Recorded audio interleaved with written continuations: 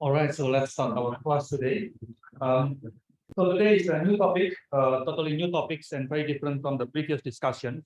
So in the previous discussion, we learned object detections and also features and the application of image features in the form of image staging. So we have learned about two topics so far. And today is a totally new topic, which is on camera geometry. In this camera geometry, we will learn about, I think, three different things. One is called single view geometry, or one view geometry, single view geometry.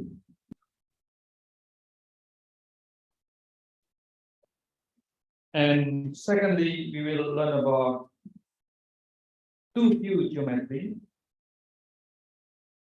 Two-view geometry. Especially, we will discuss about fundamental metrics.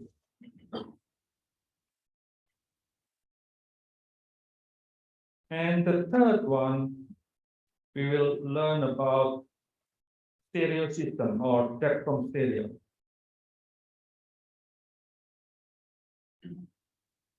All right.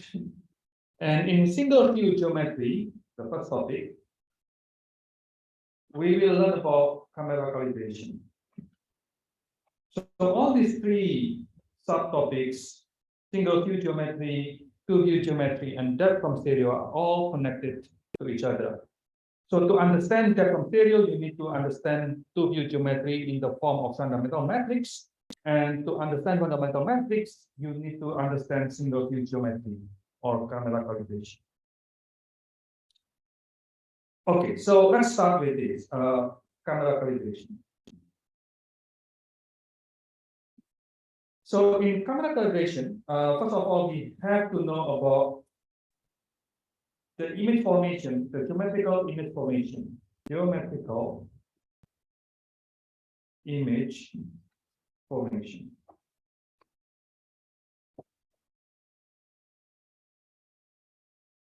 So basically, when we talk about image formation, or in this case, geometrical image formation, the question is that, the question here,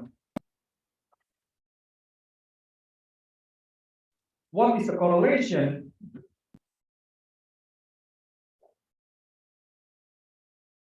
between a 3D point in the real world, 3D point in the real world, which we can call X bar, capital X bar. Obviously, X bar here is what? If it is a point in 3D consists of, what is the dimension of X bar? Yeah, 3 by 1, right? If it is in homogeneous coordinate, then it's 3. If it is in homogeneous coordinate, then it will be 4 by 1. But let's start with inhomogeneous coordinate first, which is 3 by 1. So in this case, it will be X, the collocation of in terms of X, XW, YW, ZW. So this is the location of your point in 3D. And you want to know the correlation between this point and its corresponding point corresponding to the points on an image, which we call small x bar. And small x bar obviously is 2 by 1. And we call this xi, for example, and yi. That coordinate in the image coordinate. Okay, so that's the question that we want to ask. And what want to know the answer, of course. What is the correlation between the 3D point x bar and its corresponding to the point in the form of x bar, small x bar? So you can imagine that, you have an object, for example, there's an object there, And then you have a point here, and the point is called capital X bar. And you want to have a picture of that, and then you take a picture of that image, and this with a ray, with the light of ray to the focal point, to the center of the camera. And of course, actually the image is where? Where is the image? Where is the image here? In this diagram, where is the image? Anyone? Where is the image in this diagram? Anyone knows? Where is the location of the image in this diagram? I think it's very easy, right? Can you just try? Where is the location of the image? Inside the camera, of course. Inside the chamber of the camera, right? But it's very difficult to draw that inside the camera, right? To draw that inside the camera is very difficult because it's, well, too small there. So normally what we do is to have what we call virtual plane, virtual image. And virtual image, you can imagine that it's just in front of the camera. So this is called virtual image because actually the image is inside the camera. Okay, so then we can imagine that x small x is actually here. So you can mention that this is xw to be obvious, and this one is xr, right? So that's something that we want to know. What is the correlation between xw and xi? What is the mathematical definition of it, right? Or mathematical correlation. So if you want to know the correlation between these 2 points, first of all, we have to know about the coordinate system. Coordinate system. How many are there? Systems. So how many are there? 2. Anyone agrees with this? 2. Who doesn't agree with 2? Anyone? 3. Right. So 3. Can you mention the 3? The answer is 3. Yeah. So what are the 3?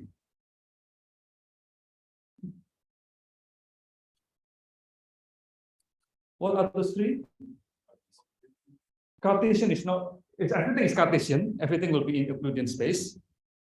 Coordinate system in the obviously in the problem statement there, we already have 2, right? In the problem statement there are already 2. What is the in the problem statement? What are the coordinate system?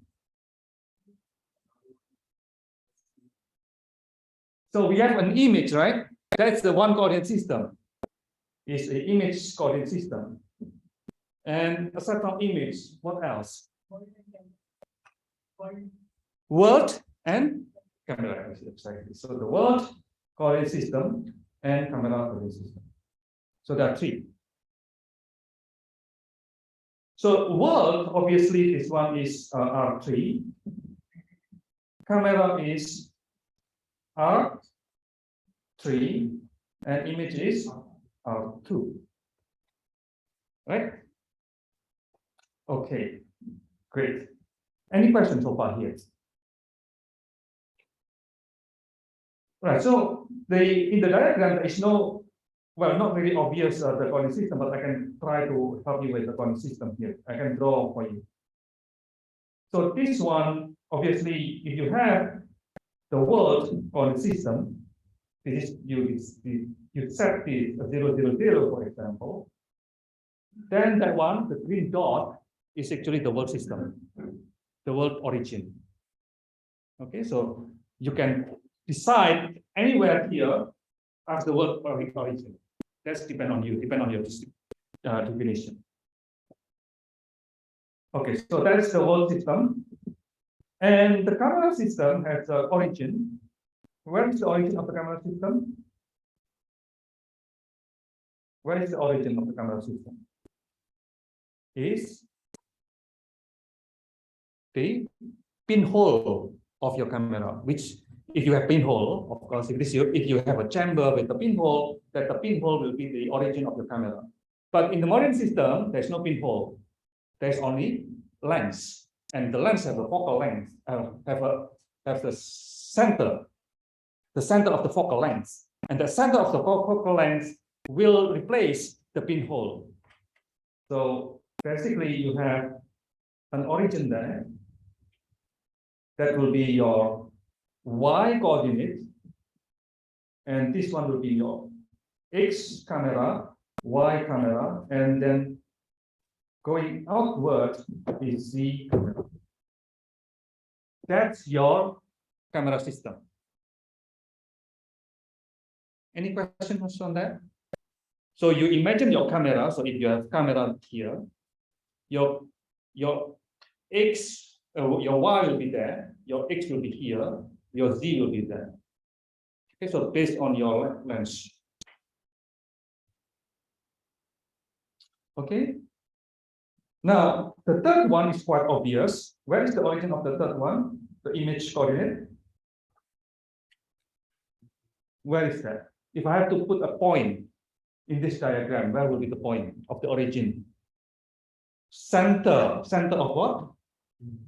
Center of image, is that true? When you have an image, where is the origin? Left top, right? So if left top is not the center, you never have a 0, 0 of your image in the center. It's always on the top left. So the top left is the origin of your image coordinates. So this one is your origin, that one is your x, I, and this one is your yi. So yi and yc, they are parallel. xi and xc also parallel. Because your image, x and y depends on your camera rotations. So it will follow the rotation of your camera.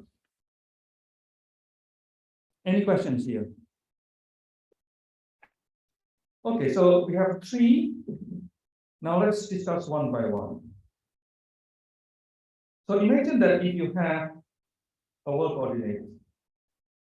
This is your world coordinates, 0, 0 will be here, and this is ZW, YW, YW, and XW. And your camera, for example, have this kind of coordinate system.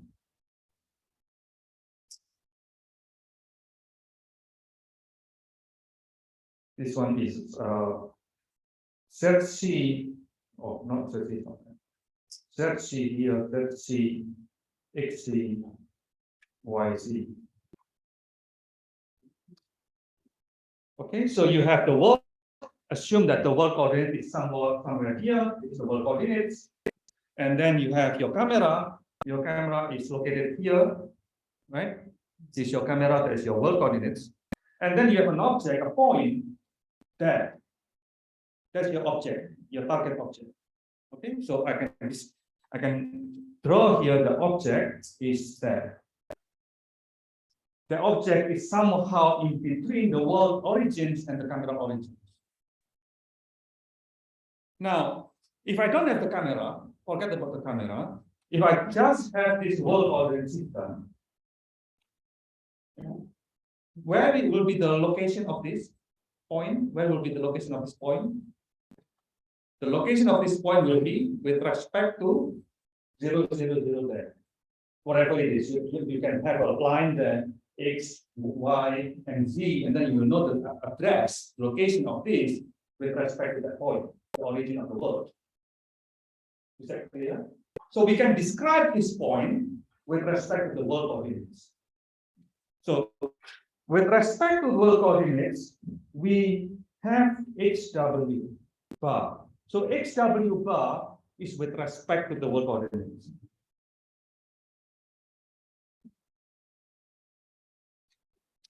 Is it understandable? So you have numbers here. The number will be based on HW, YW, ZW. You will have 3 numbers. Now, still imagine that you have the object there, and then I look at object from my camera. So I have camera here, I look at object. So from the camera perspective, although the location is the same, I will have different numbers. I will have different value of the coordinates, because from this perspective, you have a new address, right? A new location. So you can describe this XW to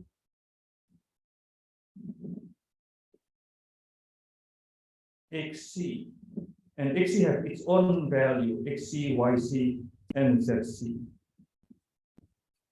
Okay, so for the same point, because there are two perspectives, then you can have two different vectors. Now the question is, how can we transform XW into XC? Right, so the question is, well, there is one thing, how we can transform XW into XC. And the second thing is that you need also to transform this one further into XI, which is XI, YI.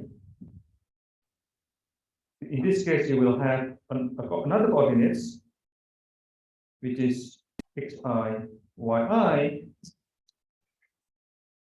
for that location, for the translation or transformation of XW on your image. So this one is XI bar. Okay, so there are two kind of transformation. One from the word to the camera, and the camera to your image. The goal of this transformation is that we want to know Xi given XW. Given XW, we want to know what is Xi. And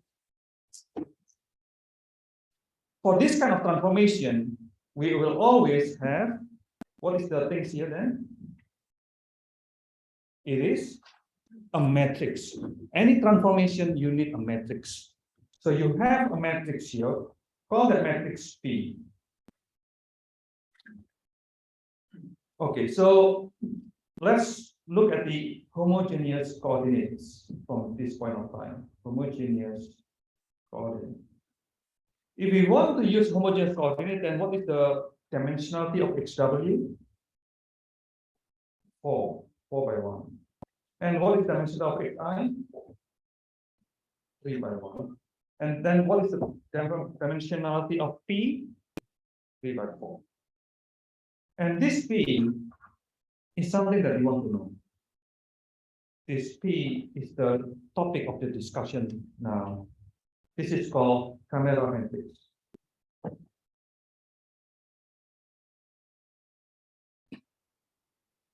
Okay. And this camera matrix is something that we want to ask. What is this question here? What is P?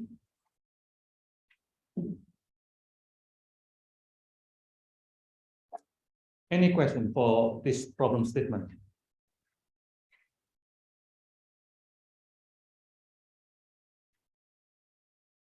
Any questions so far?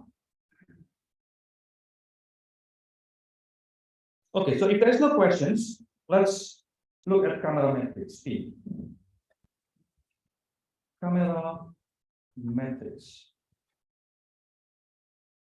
P.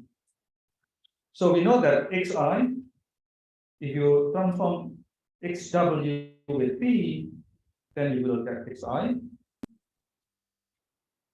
Again, this one is 4 by 1, 3 by 1, 3 by 4.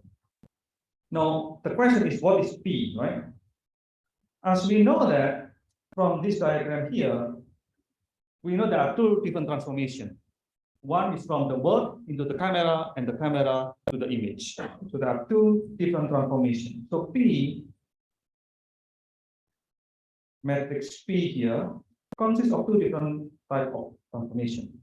Word to camera and camera to image. Okay, so now that's something that we want to ask ourselves. Remember that if we have a world coordinate system, so assume there is world coordinate system. So GW, YW, XW, and you have an object here, and call that object XW bar. And the camera system, you will have this kind of camera system, ZC, XC, and YC. And again, from the world's perspective, this has the name or the value of XW bar. From the camera perspective, it is XC bar. Exactly the same point, but looked or viewed from two different point of view. Okay, so in this case, we want to have XC from XW, right? And call that transformation matrix M. So M transform XW into XC.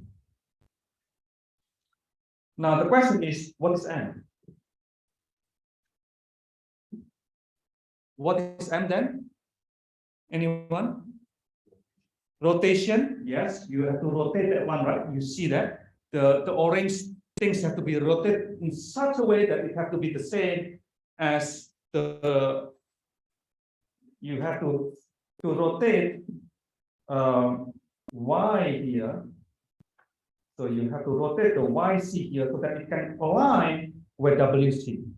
And then you have to rotate in such a way CC have to be aligned parallel with CW, and the same as XC. XC have to be parallel with XW. So that kind of process is called rotation.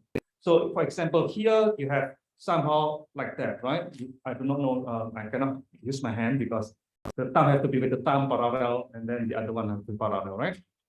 Because both this is opposite, so you cannot do these things. But anyway, you understand my point then. That's called rotation. After we do the rotation, then what else? We have to do translation, because that the blue has to go to the orange. So they are parallel, not only the rotation, but also the place, the location. Okay. So this is called rigid body transformation. For rigid body transformation, it's only two: rotation and translation. So M here will be rotation first. It's up to you. We can do the translation first, of course, and then rotation, or rotation first and then translation. So M is consists of translation and rotation. Any questions here for this one, transforming XW into XC? Okay, so that's the first one. The second one is from camera to image. So camera to image is that you have these orange things here, orange coordinates.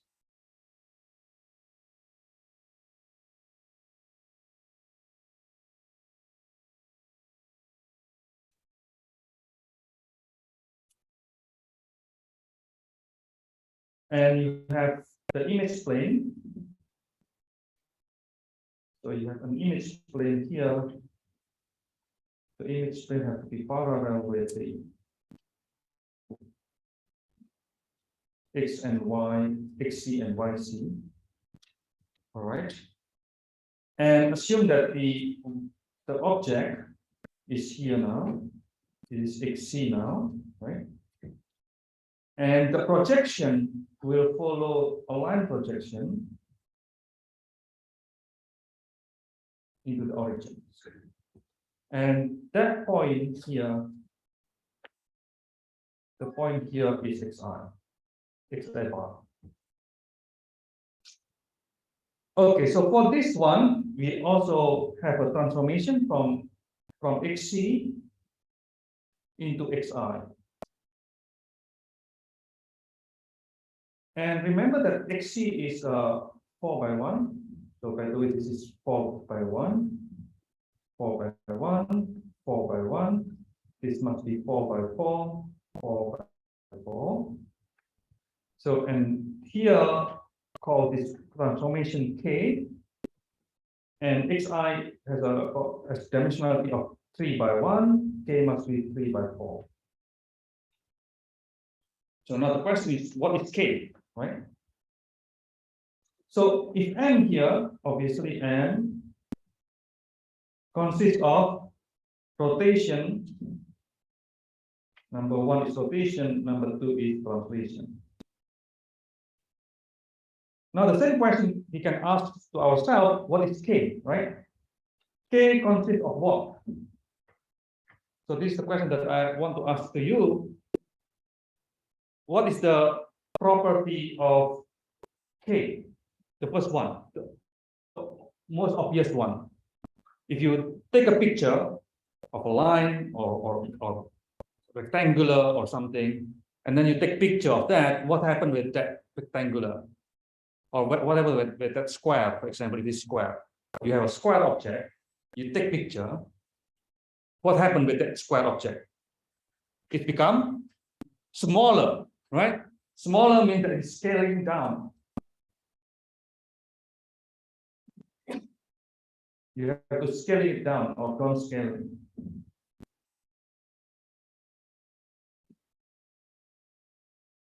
You need to scale down the image.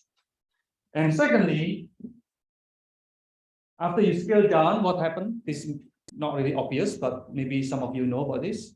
What else? A projection is scaling down is a projection, by the way. What is the second one? The second one is that the coordinate here is 0, 0. This is something that I didn't mention anything anywhere here yet.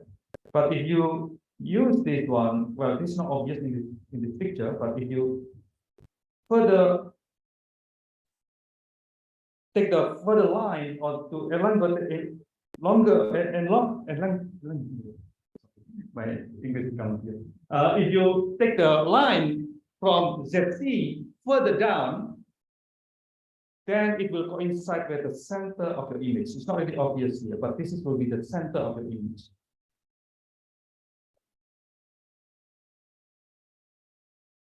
So this one actually becomes the center of your image. That point is the center of your image. So actually the center of your image coincides with the center of your camera, right? And this location here, if you don't do anything, is actually with respect to that center. So this one is actually with respect to that center. But now we know that the center is not the origin. The origin is actually here, right? So what do we do then? It is translation to translation. So there are two different transformations for K. One is to downscale and then to translation. So if you downscale, what would be the matrix for downscaling? If you have to create a matrix and say this matrix is 3 by 3, for now let's look 3 by 3 matrix. So if this 3 by 3, how can I write this downscaling? Anyone? What is the matrix for downscaling? Diagonal matrix. Yes, diagonal matrix. So we have F X, F Y, and because this one is the actually 2 dimension, so let's put 1 there. 0, 0, 0, 0. By the way, I can change this XC because XC is really transparent. XC actually will remove XC actually later on. But I just want to make it easier for you to understand that we can change this into 3 by 1. Means that after you get XC here, after you get XC there, 4 by 1, you just remove the last one, number 1 there. The last item, number 1, you can remove that and make this XC 3 by 1. Okay, so you remove the last number 1 there in the homogeneous coordinate. And in that case, it will be 3 by 1. If that is 3 by 1, then this one it can transform into 3 by 2. So K is 3 by 3 now. And the downscaling is done in this matrix 3 by 3 matrix. And translation, what is the metric of translation? So again, this is 3 by 3 translation matrix. How can I write translation? What will be the first number here? Not 0. Remember that translation is 1. Yeah, it's always identity matrix. So this is 1, 0, 0, 1. And this is 2 by 2, but then you can have the location of the center, with respect to the origin of the image. So the center of this image, for example, x0, y0. And then this one is 0, 0, 1. Okay, so again, the center of this image is here, according to the top left origins, is x0, y0. Any questions here? So again, x0 and y0 is the center, the pixel at the center of your image.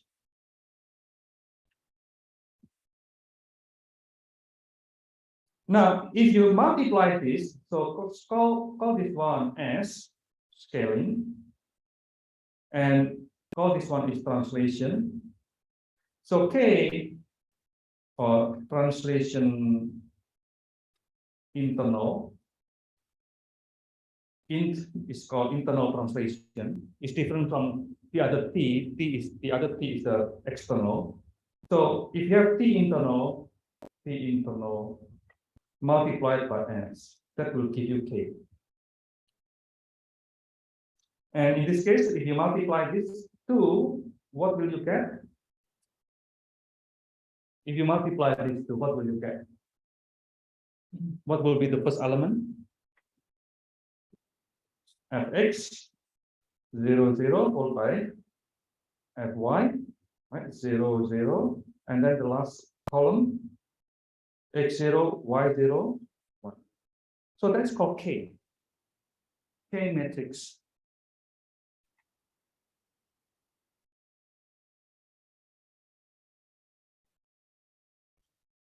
And K matrix has a name, and the name is intrinsic parameters. So this is a name. The name is intrinsic parameters. Intrinsic parameters.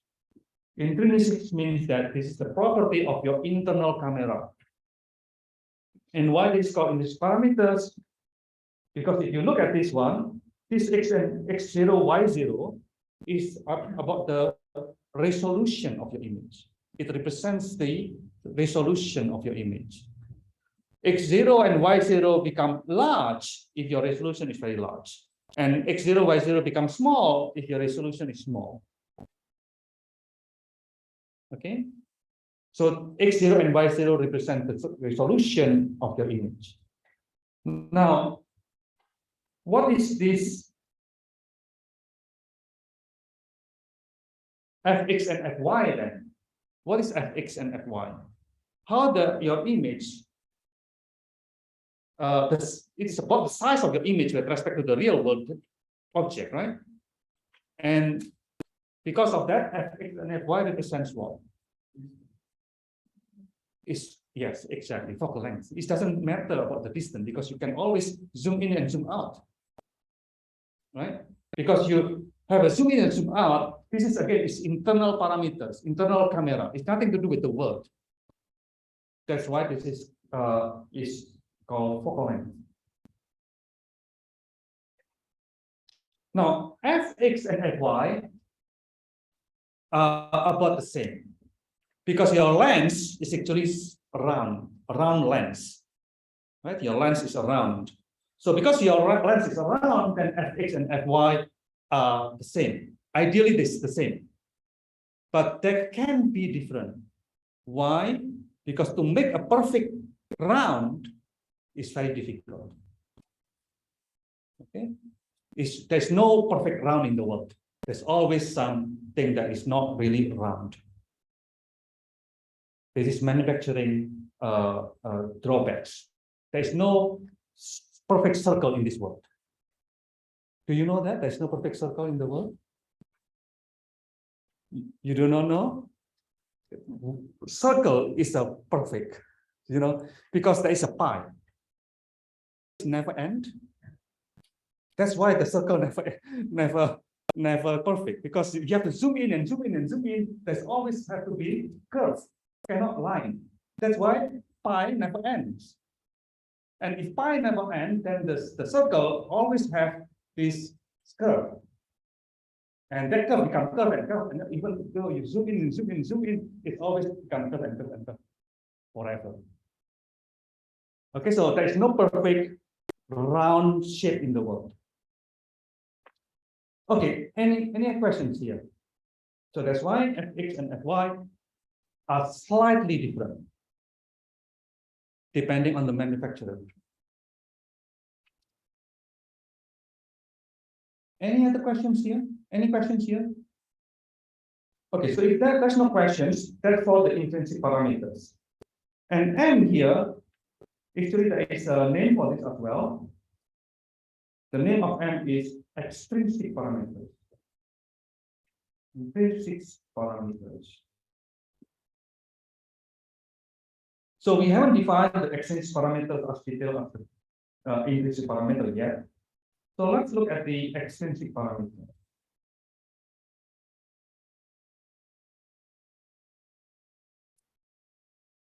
So extrinsic parameters M equals to T multiplied by R. Again, T here is T external, something to do with the distance between your camera and the object. So let's take a look at T first. T, by the way, M is 4 by 4, and this T is 4 by 4, and R is 4 by 4. So T is 4 by 4. So what is the contents of this? What are the elements of T here then?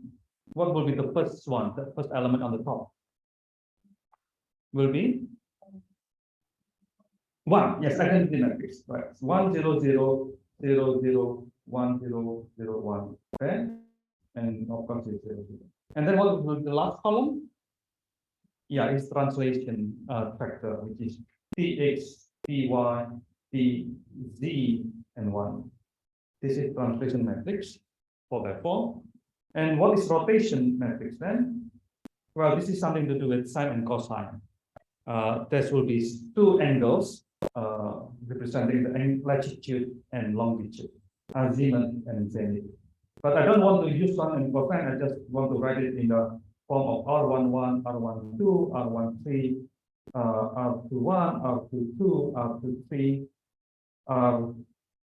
R23, R31, R32, R33. So basically, this is a 3 by 3 because it is a 3D space. But because of the homogeneous coordinates, so we have additional column and and rows. Now, M equals to T multiplied by R. So in this case, if you multiply this, then identity matrix multiplied by R will give you R, right? So it will be R11, R12. I just copied this here.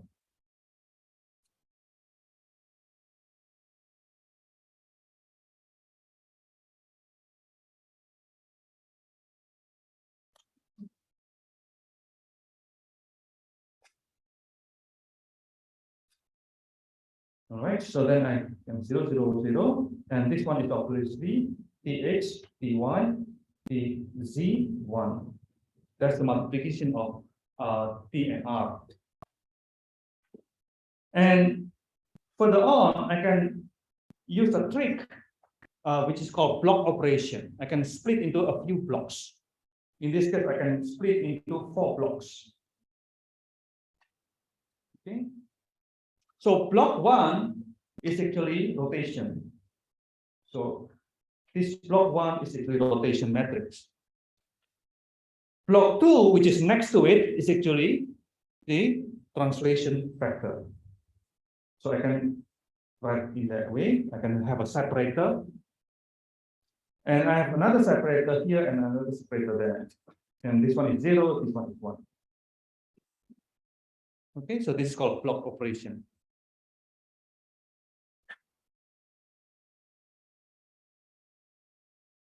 Okay, so now, as I mentioned again, in the end of the day, we want to have, here is the case that we want to have xi from P multiplied by xw. And we know that P consists of M and K. P consists of M and K. Okay? And if you look at the dimensionality, xi is 3 by 1, xw is 4 by 1.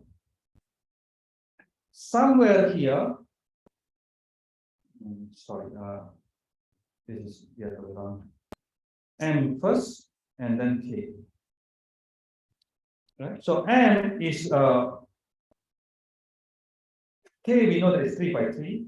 So M here have to be 3 by 4. So we have to, we are in the condition, we are in the situation that our M should be 3 by 4. Because we know that K is 3 by 3. So our K, we know here, K is already 3 by 3 here. And that is fixed K. Right? Your K is already there, 3 by 3. Now, originally our M is actually 4 by 4. But now we have to force M into to become 3 by 4. And how we can force this? We can force this by removing 0 and 1, because 0 and 1 doesn't have any information anyway. All right? So if you remove 0 and 1, then your M become RT. And this RT is, R itself is 3 by 3. This is 3 by 3, and this one is, T is 3 by 1.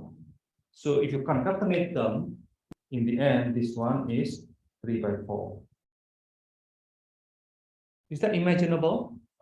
So basically, when I write R's and then that line T bar, you can imagine in this way, in this form here, this form here.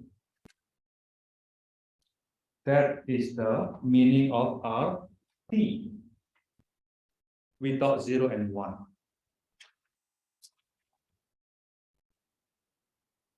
Any question, anyone?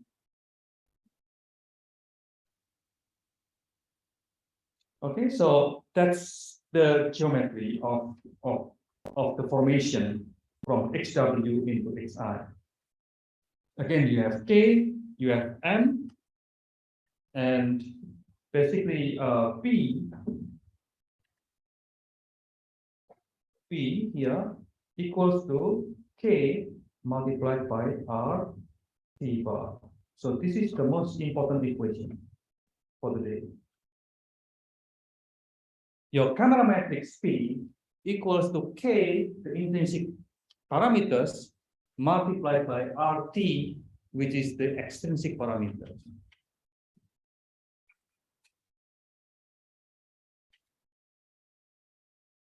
Any question, anyone?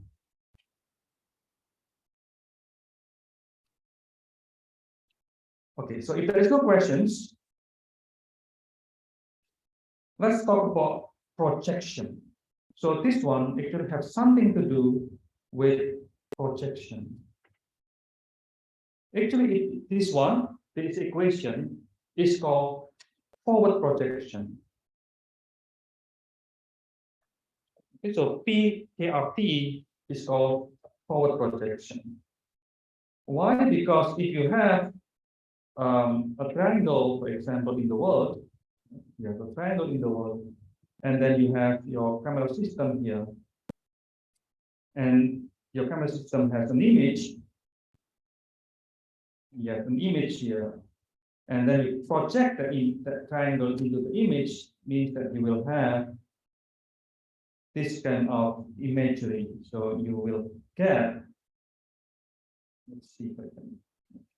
So you will have this one connect to this one connect to that one. So this orange triangle is the projection of the black triangle. Okay, so and this one is basically you have xi. So if you zoom in here, you have xi1, then you have xi2, you have xi3, and then you have xw3, xw1, xw2. And what is the correlation here is, as I mentioned again, is this. As I mentioned here, is that xi bar equals to p xw. So if you have this, if you have p, you can project that triangle into your image, and you will know the location of that in your pixels. Okay. If you know P and XW, then you will know the location in your image even before you take the picture. Any questions here for forward projection? So if we can have a forward projection with this operation, then how about backward projection?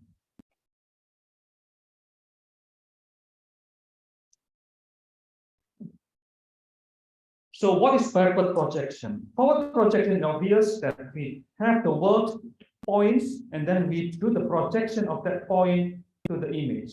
So this is the direction of the forward projection from the world to the image. Now, what is the meaning of backward projection? Backward projection means that you have your image point. So imagine that you have image point there, xi, and you want to know xw. Given xi and p, you want to know xw. Now the question is it possible? Why is it not possible? Not because of P singular, because yes, we lose the depth. Why do we lose the depth? Why do we lose the depth? Yes, the dimensionality is reduced from 3D to 2D. From 3D to 2D, you can always get the answer, because from the higher dimensionality to lower dimensionality. But from lower dimensionality to higher dimensionality is impossible, because there's a loss of information. Right? So when you do the forward projection, there's a loss of information, and then you cannot return it back. Okay, so we know that we cannot return it back, it's fine, but we want to analyze this further about this forward projection. A point in 3D, so if you have 2D image and you have 3D world, a point in 2D becomes what in 3D for backward projection? A point in 2D will become a line. So point become line. How about line? If you have a line, it becomes a plane. Yes, 2D plane. And if you have a plane, it becomes a cube. yeah, a cube or cone. Because if you have a plane, imagine that you have a plane, triangular plane like this, triangular plane like that, for example, then it will become like this. And that one is like a cone, moving outward. So moving in this direction there. Okay. Now the question is that, can we have something useful for this? Can we get something beneficial for us if we know these types of transformation? Point become a line become a plane, and a plane become a cone. Now, actually, there is an application for this, which is called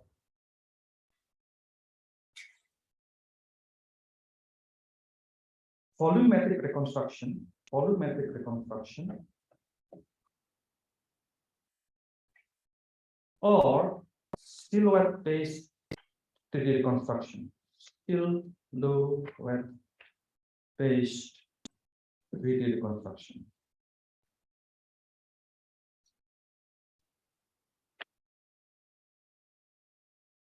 Do you understand what the meaning of silhouette? Silhouette is, if I have this, that's called silhouette. The shadow, the hard shadow is called silhouette. So from shadow, if you have a shadow or image from a few different angles, you actually can construct the object in the world, because you can intersect this plane or cone from different angles. Okay, so that's called silhouette-based 3D construction.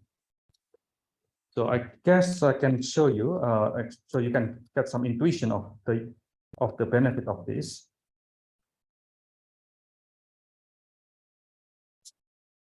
Silhouette-based 3D reconstruction.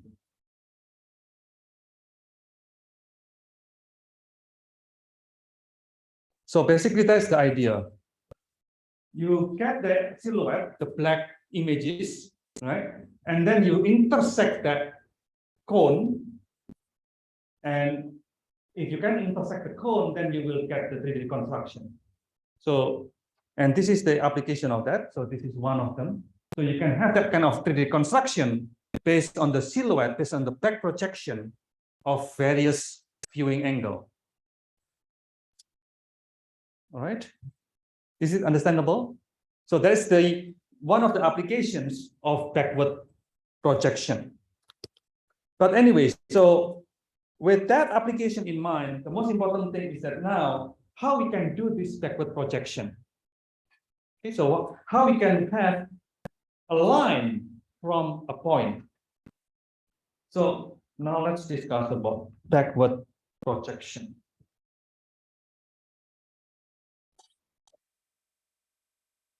And understanding backward projection will give you deeper understanding on how this transformation, rotation and translation, and camera metrics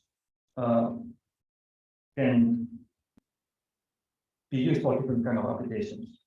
So anyway, so now the question is that how we can do this backward projection that can transform a point become a line.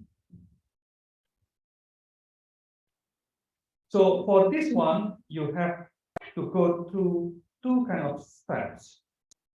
One is to find camera centers, and second is to find a point representing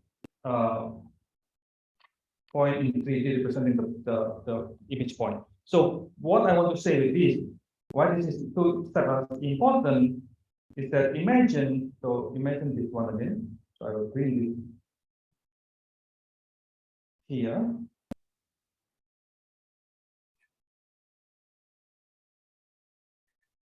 Right.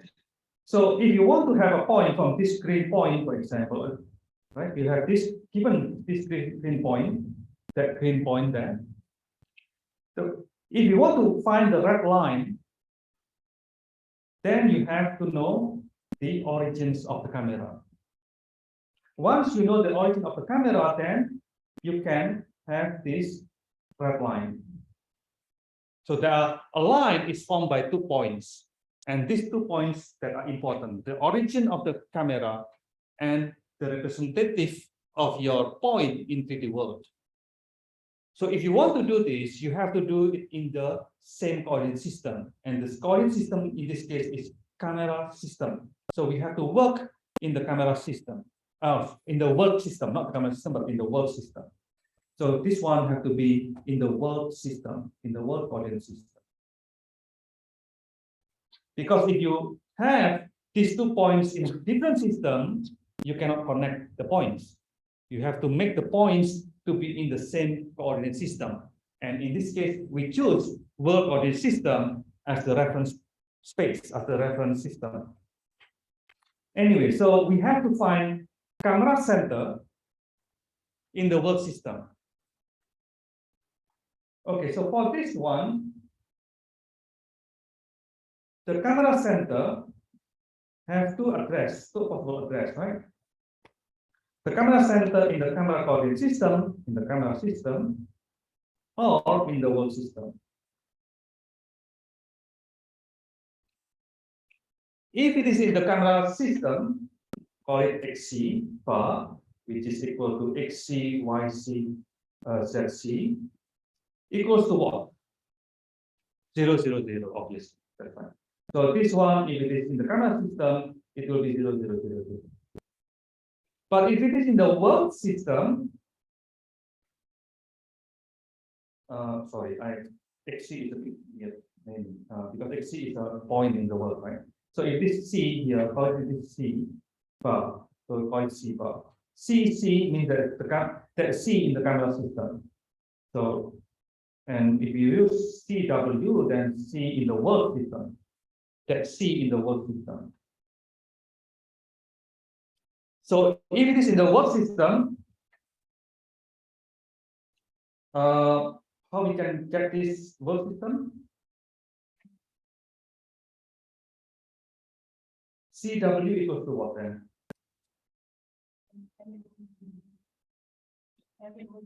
M inverse, yeah, almost there. So I can calculate for you. So we know that M multiplied by C equals to M multiplied by CW equals to what? CC, right? And CC is what? 0, 0, 0.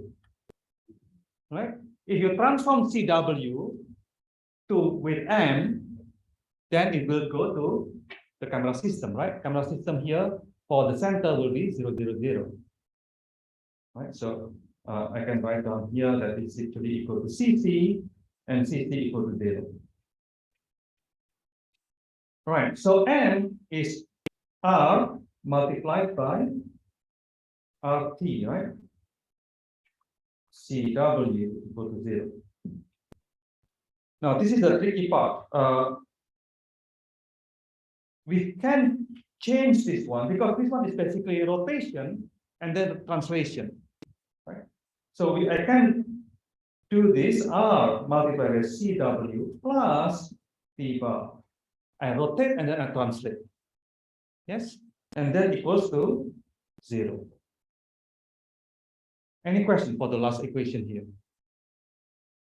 I do the rotation and then I do translation. Agree with this? Right. So and then RCW equals to minus T bar. And CW bar equals to R inverse T bar minus. So that's how you can get CW from R and T. Assume that you know R and T, rotation and translation, then you can get the camera coordinate system in the world, camera center in the world coordinate system. Any questions here, anyone? So we are talking about that point. We are talking about this point here.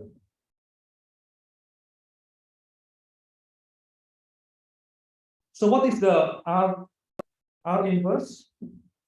R, remember, is this orthogonal matrix. If it is orthogonal matrix, the inverse of orthogonal matrix is the same as the transpose. Exactly. So this one is minus R transpose T bar. Why do we like transpose more than inverse? Easier to compute, of course. Inverse is very expensive. Any question, anyone?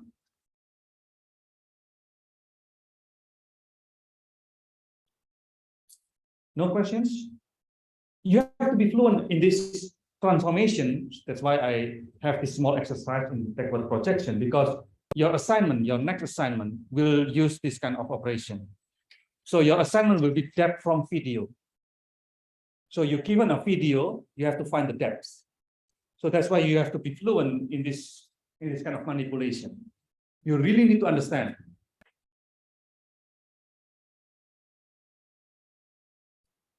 Okay, again, if you have questions, please let me know. Any question, anyone? So now, by doing this, we know the camera coordinates given the camera rotation and translation. Of course, there is a question here: how we can get R and T, right? So to get R and T, it is called camera calibration. So I will discuss with you further on later on how we can get R and T. So again, the task for getting R and T is called camera calibration. Okay. Right. Let's move on further now to the second step. So we finished at the first step. We know already that first line, first point here. So we know that RCW is number one here. Number two is this one. We need to know this point, that point in the world coordinate system as well. Because now you know that point in the image coordinate system, but you do not know that point in the world coordinate system. So we need to transform xi into somehow xw. So here we know the correlation of xi equals to p xw, right? And we want to know xw, but to get into xw is impossible, right? Because we know that we lose the information. We don't know the depth. So for that one, we force it. We force this one, xw hat, which is different from xw, actually. That total is not the same. So xw hat is not the same as xw. They are not the same. And xw hat, if you force it, then you can just put p inverse xi, right? Agree with me? You can force p to be inverted. So let's look at the dimensionality. What is the dimension of xw? What is the dimension of xw here? 4 by 1. And xi? 3 by 1. And p? 3 by 4. Now, because p 3 by 4, can you do the inverse? No. Inverse means that you have to be squared. It is not square, it is rectangular. And because it's not square, it's rectangular, then you cannot do the inverse. But we need to force it to be invertible. How we can force this? Called pseudo inverse.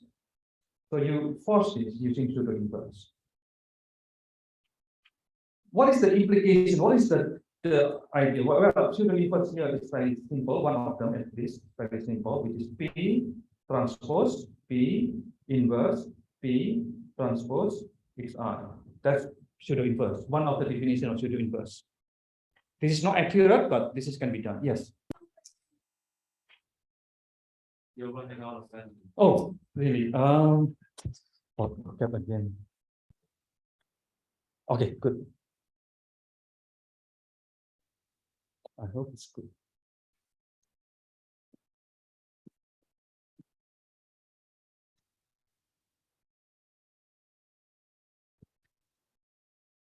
Oops.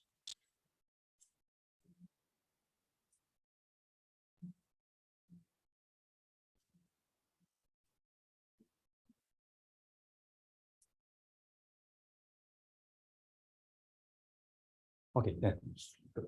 Okay, so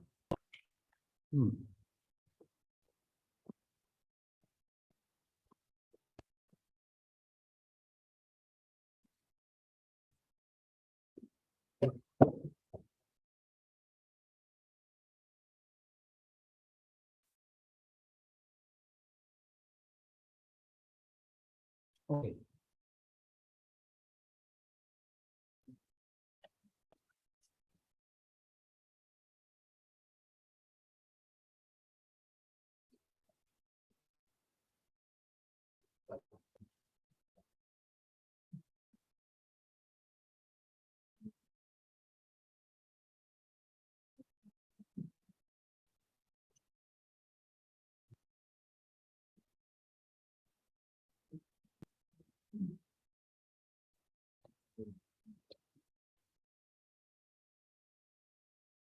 Okay, good.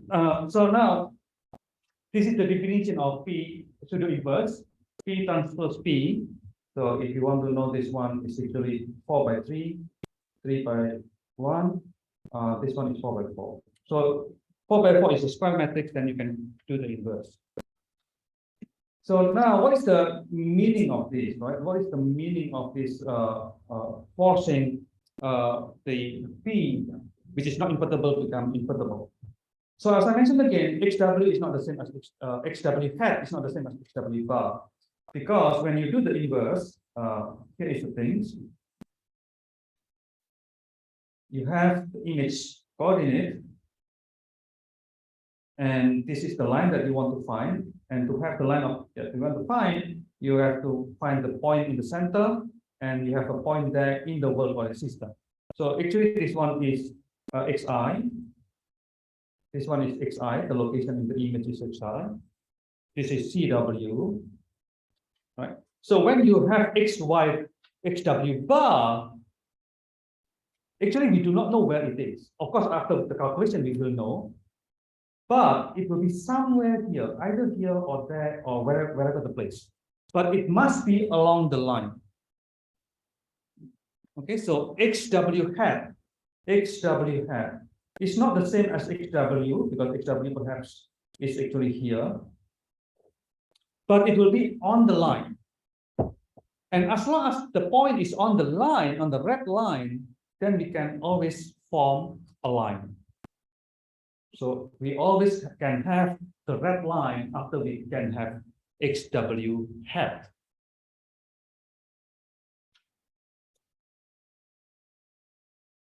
All right, any questions here? So that's how we can do the back projection. We first do the computation of the camera center in the world coordinate system, and then we translate or transform xi into xw hat.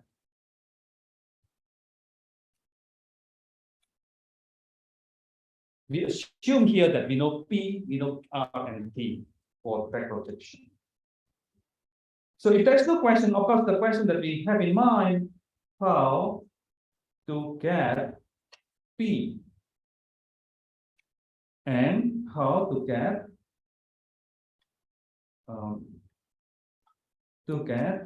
R, T, and K. So not only that we want to have P, but we also want to know what is R, T, and K, because P equals to K, R, T. So we want to decompose P further down into KRT. So this problem here is called camera calibration. Camera calibration is that given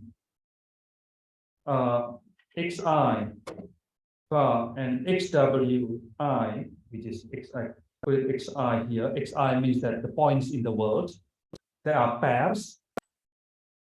There are pairs.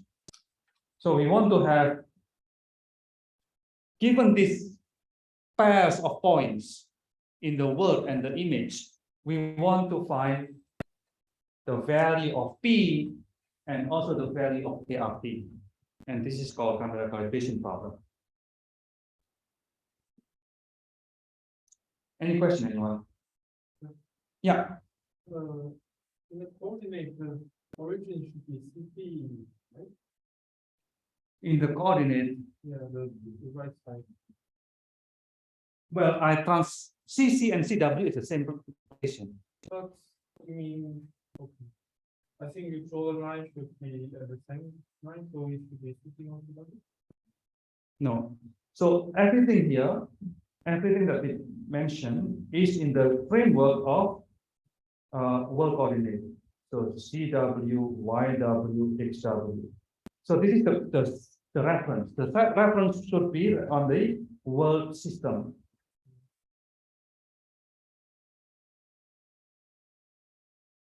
So we put all the points in the world system.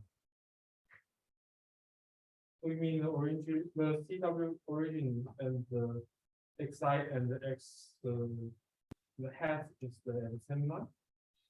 They have to be in the same coordinate system. So the whole point, the whole things here have to be in the world system. If it's not in the world system, it will be confusing, right? To draw a line. To draw a line means that we have to draw a line in a certain system. And in this case, we use world system to draw the line. Because in the camera system, it's not useful. The world system is more useful for us to get the line, right? To get the 3D. When we do the 3D reconstruction in terms of the silhouette 3D reconstruction, the reconstruction has to be done with respect to the world system, because we live in the world system, right? Any questions on that? Yeah. So good questions. So not be confused that you know everything here has to be transformed into the world system first. So CW there, actually CC becomes CW. So anyway, any questions here? Okay, so if there's no question, let's do the camera calibration.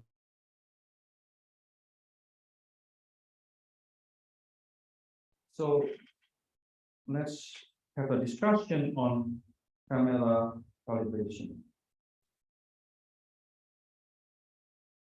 Again, the camera calibration is that we have a corresponding point. Previously, I write as xi, but let's put xn so that it can be the same as the rectangle. So xn or xi is the same thing. So given this corresponding point of xn and xi, which previously I write as xn, small xn, capital Xn, n equals to 1 up to n, right? So we have n points, n corresponding points. We want to estimate, first we want to estimate P, and after we estimate P, we want to decompose P to, so first is estimate P, and we further on decompose P to K or P. So this is the two tasks that we want to ask how we can get done. So step one is to compute P. So how we can compute P is actually the same as how we can compute homography. So xi equals to xi yi1 3 by 1, and this one equals to P. Remember, this is equal to P multiplied by xw, and xw is 4 by 1. xw yw zw1. Okay, so we can write this one to let's simplify. So we can write xi yi1 equals to P11, P12, P13, P14, P21, P22, P23, P24, P31, P32, P33, P34 multiplied by XW, YW, CW1. So these two are given. So this one and this one given, known. The unknown is this part here. This is unknown. And we want to find the value of P11 until P41. That's the task. The first task, to estimate P. All right. Any questions here, anyone? So again, as I mentioned, this is the same as what we did with homography. So we can have Xi equals to P11 XW plus P12 multiplied by YW plus P13 ZW plus what? Plus what? Anyone? P14 divided by P31 multiplied by XW plus P32 YW plus P33 CW plus P34. You can do the same for YI. So you do the same for YI, you do the same, and then you do the factorization, and in the end you will have XW, YW, CW1, 0, 0, 0, 0, minus XI, XW, minus XI, YW, minus XI, ZW, minus XI, 0, 0, 0, 0, XW, YW, CW1, minus YI, XW, minus YI, YW, minus YI, ZW, minus YI, multiplied by, multiplied by P11, P12 until P34 equals to 0. So we try to plot in this way. So the unknown, what is the dimension of P? 3 by 4, right? Which is 12 by 1. Is that correct? There are 12 numbers, right? Yeah, 12 by 1. So now here is what is the dimensionality on the left side? 2 by 12. So if we write it down in the simple form, it will be A multiplied by P equals to 0. And A at the moment is 2 by 12. P is 12 by 1. 0 here is actually a vector of 2 by 1. Can you solve this problem? No, because A is too small. And how you add more point then? What is the minimum point? 6. Yeah. So you have put 6 here. So if this n equal to 6, if n equal to 6, then it will be 12 by 12. At least n have to be equal to 6. Actually, it is later on we know that it's not necessarily 6, but 5 is fine, perhaps. But anyway, so let's put that in that way. Greater or equal to 6. If it is greater or equal to 6, then it will be solvable. But anyway, so we know that a P, what is the problem with this? What is the problem with this equation? Okay. What is the easiest solution? For this problem, what will be the easiest solution? Yeah, P equal to 0. If P equal to 0, then it's a trivial solution. So P equal to 0, it will be a trivial solution. And we don't want to have this trivial solution. So we have to make a subject constraint that P, magnitude of P has to be equal to 1. So again, if it's the case in that way, then we can minimize A multiplied by P equal to minimize A equal to P with respect to P, subject to the magnitude of P equals to 1. So this is the equation that we can try to solve, right? This A multiplied by P is not necessary to be 0. As long as we minimize, that's fine already. Okay, so remember that A multiplied by P is not necessary to be 0, but as minimum as possible. And what is the solution of this then? What would be the solution? Using SVD. And if you use SVD, A equal to U D V transpose, and P is what? P is the last row. The last row of V transpose. So that's the solution for this problem. That's how you do the calculation.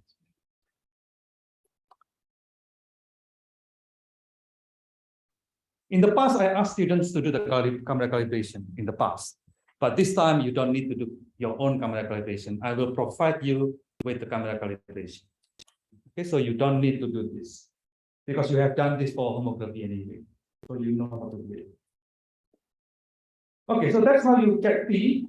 So again, as we discussed last time, actually this one is very complex function, and the solution for SPD is actually only give you suboptimal solution. It's only give you suboptimal solution. So this one is equal to solution, P solution from SPD. And we have to optimize further down. We have to optimize further using least squares. So if you want to optimize further, you need to do P star using least square. Okay.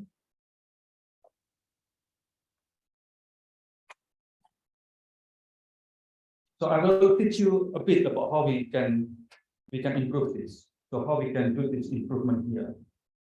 Again, the improvement is done using least squares. So how least squares can be used? Least squares. Oh, by the way, for those who don't take pattern recognition, least square is the same as MLE, maximum likelihood estimation. But if you don't know maximum MLE, it's fine. Just try to learn about least squares. Okay. So least squares, again, we want to know P, matrix P, optimum matrix P, by trying to minimize agreement mean. You change P in such a way that you get this function E of P, the error function of P, to be as small as possible. So there's an error function that we need to define. And this error function E in least squares, so in least squares. So now let's look at the error function based on least square. So E of P equals to what? What is the idea of least squares? The square one is simple, right? You just squares. But what does it mean by least? What is least here mean? Least mean what? Minimum of what? Minimum distance, right? Minimum distance or minimum error. What is the distance here? Distance between what and what? The distance between your x and the distance between your x, small xn, minus your projection of P based on capital Xn. You square it. and this one is 1/2. Well, you don't really need to have 1/2. That's the idea. You have this one. You have this one, right? You do not know P, but you know that one. So you have to find P in such a way that this equation becomes 0 or becomes small. That's the idea of these squares. Right? But it has to be done not just one point, but for all points. So you have to do this for all points n equal to 1 up to n. And remember, you actually, because you use SVD, n is greater than 6.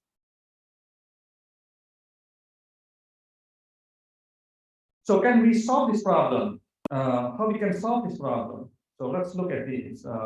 This one means that this equation means that sum over n, you have xn, yn 1 minus the projection p over multiplied by x capital Xn, yn, zn, and 1. That's what you need to do. So if you try to solve this problem, right? If you try to solve this problem, then you have to do this. You have xn minus p11 multiplied by xn minus p12 multiplied by yn minus p13 multiplied by zn minus p14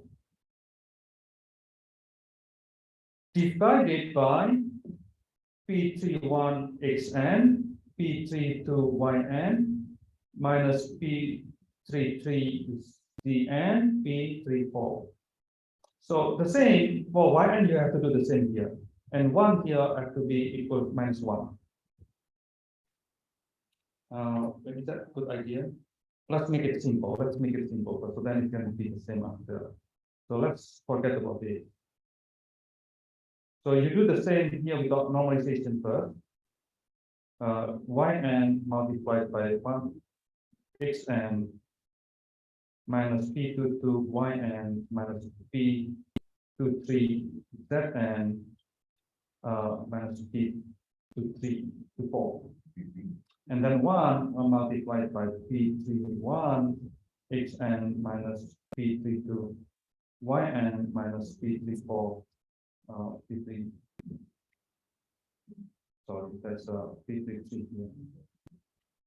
p3 zn minus p34. So basically, this is the thing that you need to do, and then you square it, right? Anyway, so my point here is that when you try to do this minimization, means that you have to do d e on p with respect to d. For example, in this case, you can have p11. If you want to know about p11, in this case, you do the derivative with respect to p11 equal to 0, right? And you know that this one in the end will be over n d p11 on xn minus p11 xn minus p12 yn minus p13 zn minus p14 square equal to 0. So you need to do the derivative based on that. And well, you can do this quite simply by and here you know that everything that doesn't have p11 will be 0, right? It will be scalar. So you have xn minus p11 xn minus p12 yn minus p13 zn minus p14 multiplied by minus xn equal to 0, right? So in this case, our goal again is in this case is try to find the value of p11 to get the value of p11. But as you can see here, p11 depends on the other variables. And actually, you will not be able to get a closed form equation. that P11 equal to something. You cannot have that kind of equation. So because you cannot get that kind of closed form equation, in the end of the day, what would be your solution? Yes, we have to use Newton's method. Newton's method. We need to use Newton methods that give you P11 new equals to P11 old minus the gradient, or in this case, TE P divided by with respect to P11, and that one is the first derivative, and divided by the second derivative, D E P D P11 square. So that's the Newton method.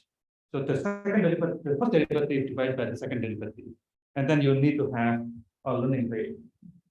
The learning rate is, for example, alpha. Okay, so this is the Newton method, how you can have, so this one is when P11 equals to P11 old. Right, so this is the Newton method, and based on this Newton method, then you can have the improvement here, the improvement that we have from PSVD into PLS. So why do we need to have SVD in this case? Why don't we just use Newton method or least squares? Why do we need to have SVD? For? No, this one is you need to do this, right? Newton method. But why we don't directly use Newton method? Why do we need to have SVD? Exactly, it is for initialization. So SVD can give you good initialization normally, most of the time. It can give you this location here, that location. If you don't use SVD in the initialization, what do you do then? If you use Newton method, if you do initialization, what kind of initialization that you have to do? Random initialization. If random initialization, what is the problem then? Local minima, exactly. So if you don't use random initialization, for example, this one is random initialization, then you will get into this local minima problem. Okay, and that's the benefit of using SVD. SVD already somehow give you good initialization, but it's not perfect. So then you need to have a least square solution to improve it further. All right.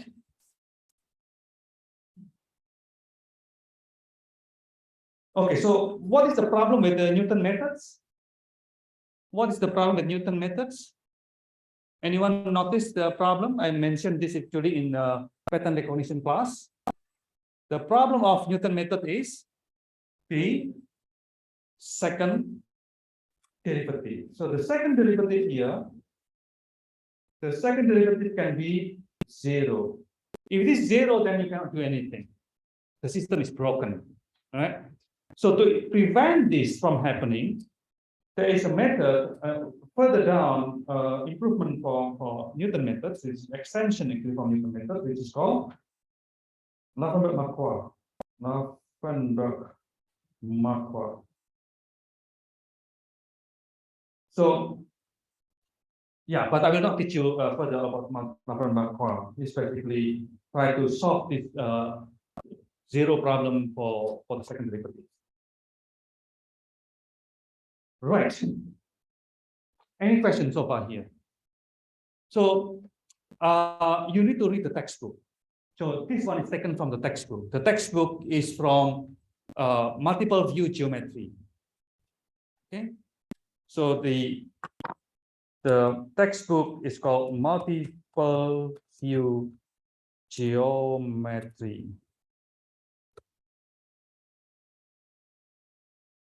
So this is the book.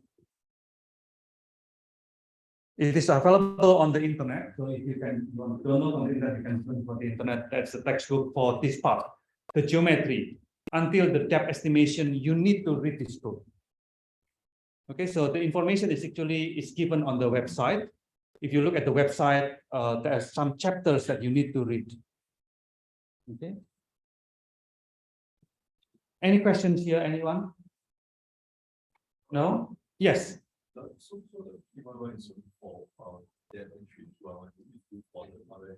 Of course, yes. Actually, this is a simple example that I give here, just to highlight how we can do it, right? But actually, this one is not just P11.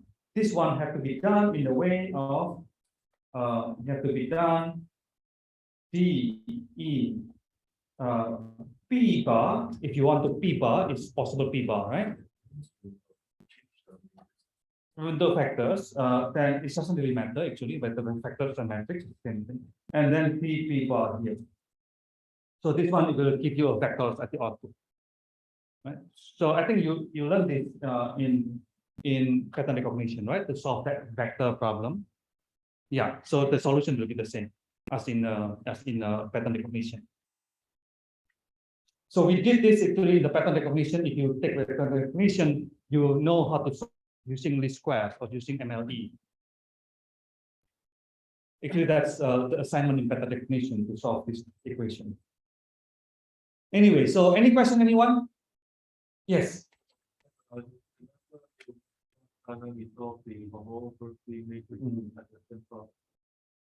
It is no, the homography is we stop here. We stop using SVD. We stop using that.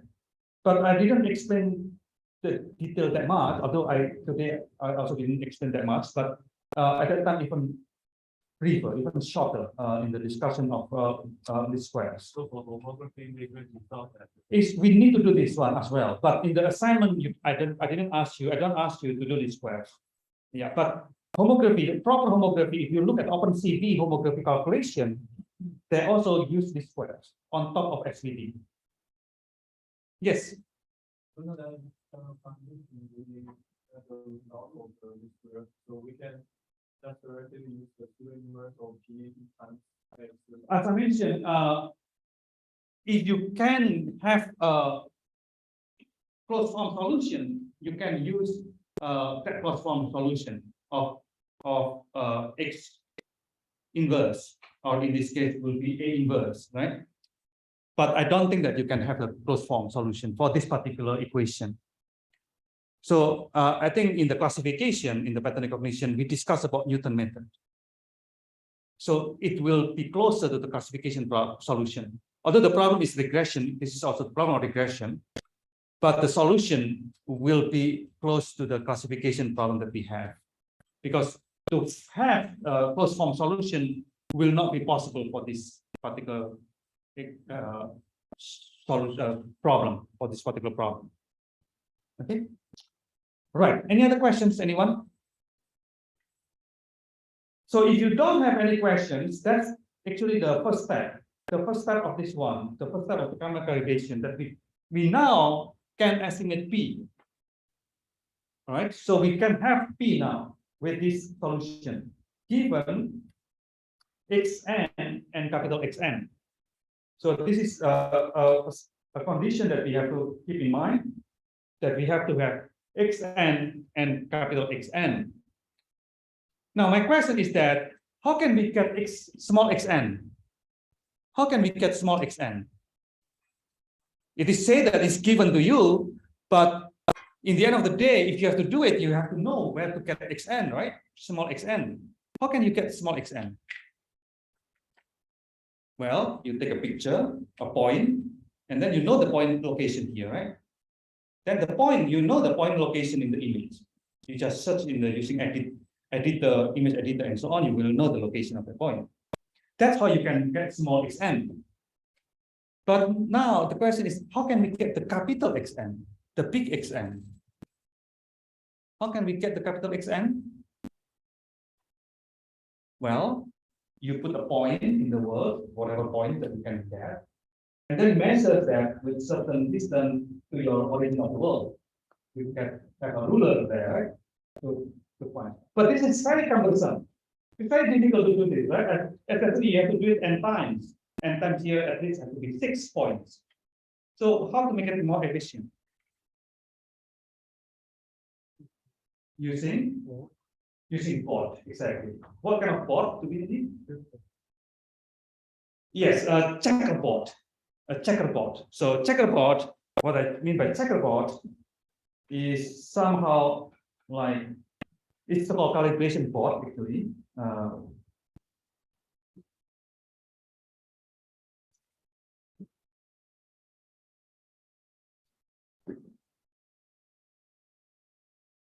I have a problem with the pencil.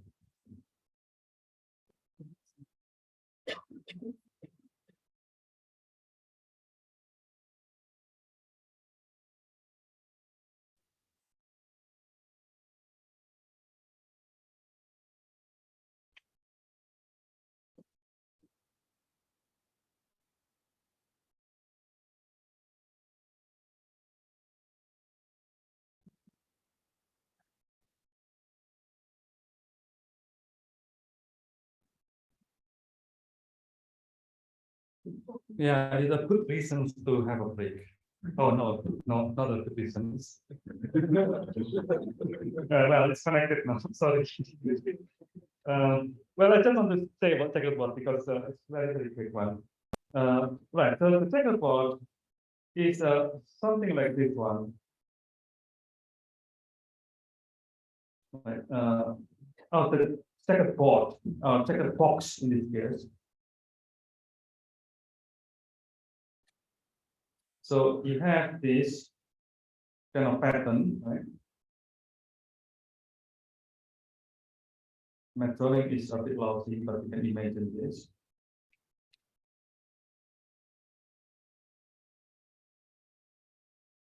Right. So this is the board of your checkerboard or checker box. So now, if you have the checkerboard, imagine you have checkerboard here in front of you. Then where will be the world coordinates? Where will be the origin? When will be the origin of the world? Where is it? Where will be the origin of the world? Well, you can define anywhere, but the easiest one, I think you can have this one here. This one is your 0, 0, 0. So this one is your 0, 0, 0. That you choose that one as the word origins. Okay. And what is the unit here? What is one unit?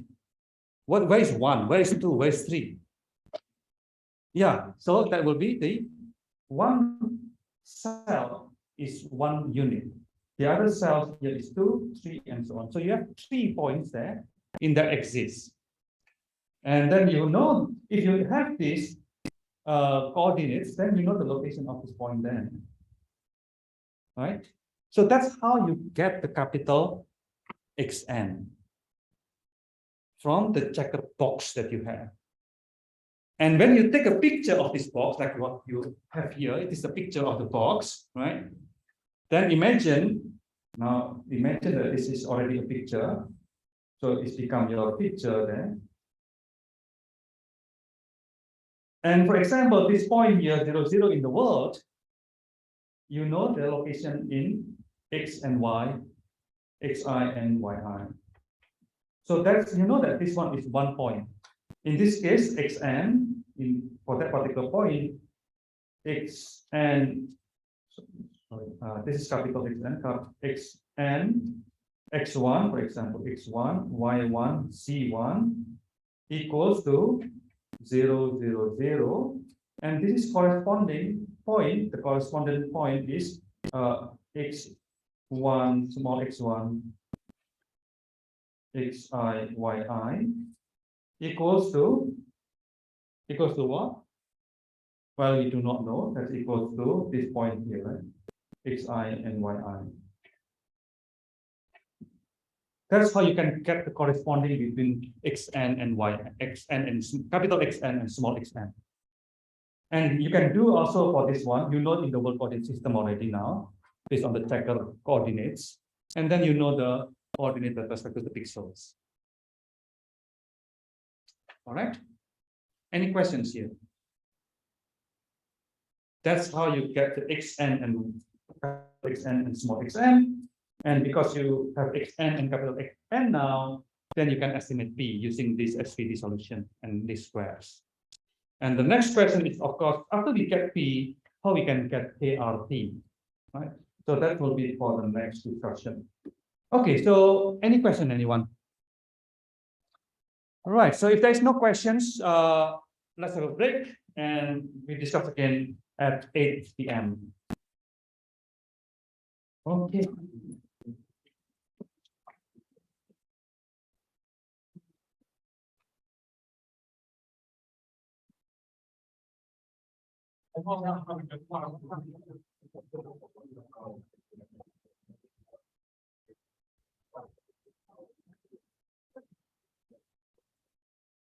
Yeah.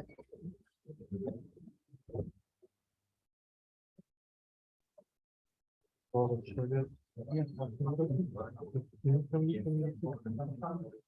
figure? The figure of product. Assuming this one are in the same line on in the world system. In the whole system, we have the same line, yes. The origin of the So imagine that this is the world point, Yeah, right? yeah, yeah. The world point. This is the Okay. world origins. Yes. And your camera is here. Your Yeah. camera is there. Yeah, yeah, The camera is here, yeah, right? yeah. And you have an image plane. Your image plane is actually inside the camera, but now imagine that this is here, Yeah, yeah. right? So now how we can draw this line in the world? Yeah, but I think the line shouldn't pass the origin of the. No, it's not. Nothing to do with the origin of the world. It's origin of the Yes. Yeah, that's why I'm confused about this. CW is the camera coordinates, camera world or the camera origins with respect to the world. Oh, okay, sorry. Because the world system has to be there. But it's the camera. Camera with respect to Camera the world. origin, it's not the.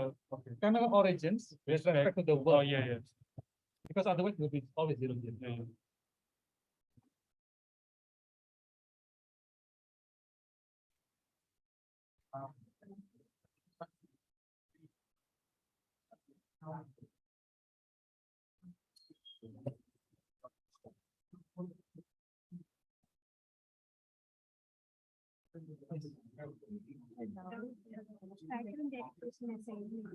Pattern recognition. Yes. So in the third question, sequential predictive distribution. Yeah. Should we follow sequential learning method? Yeah. Also, the end formula of the predictive distribution. So we pass like each data point into the predictive Yeah. distribution. formula. It's a sequential learning. So it's sequential. So when your first data come in, you learn from this data, and then you predict for all the 49. And then the second data come in. So the second data is randomly chosen. Okay. And then now you have two data. So you learn from these two data, Okay. and then you estimate the 48 points. Okay. Or maybe you can also estimate the 50 points also fine, because two here must be correct in the test. So you do repeat this again and again 50 times. Oh, okay. Yes. Okay, no worries.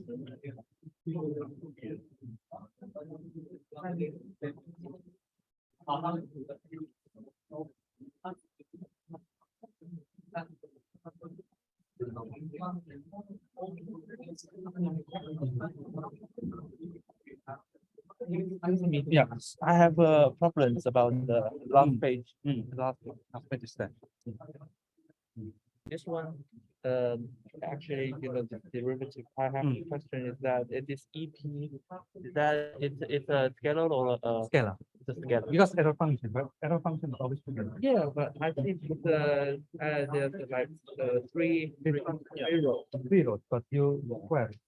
Square vector. Vectors. This one is vector, right? Yeah, Vector square. vector square. So it's a scalar. Yeah. Do you know vector square? I don't actually know. Vector is 2 by 1 square. Can you do that? It means that you have to do the transpose first, 2 ones, Oh, and then it means that one. and then 2 1. So this is square, right? And then you get 4, 1. So it's actually like Oh, no, this is not 4, 1. like This is vector 4. transpose. Yeah. So this one becomes, so in that case, for example, P square is actually P transpose P. Okay. So this one is the scalar. So the zero is This one, if it is P11, yeah. if it is P11, it's scalar. But actually not P11. This one is just to create a So it's a vector. vector. Thank you.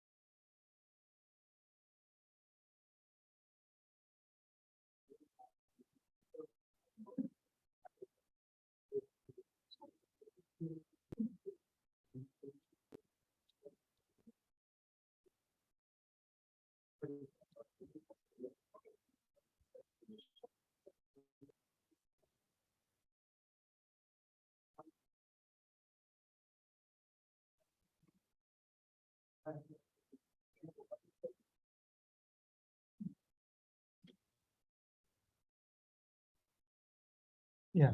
I have some questions in homework in pattern Mhm, recognition. Well, in CA1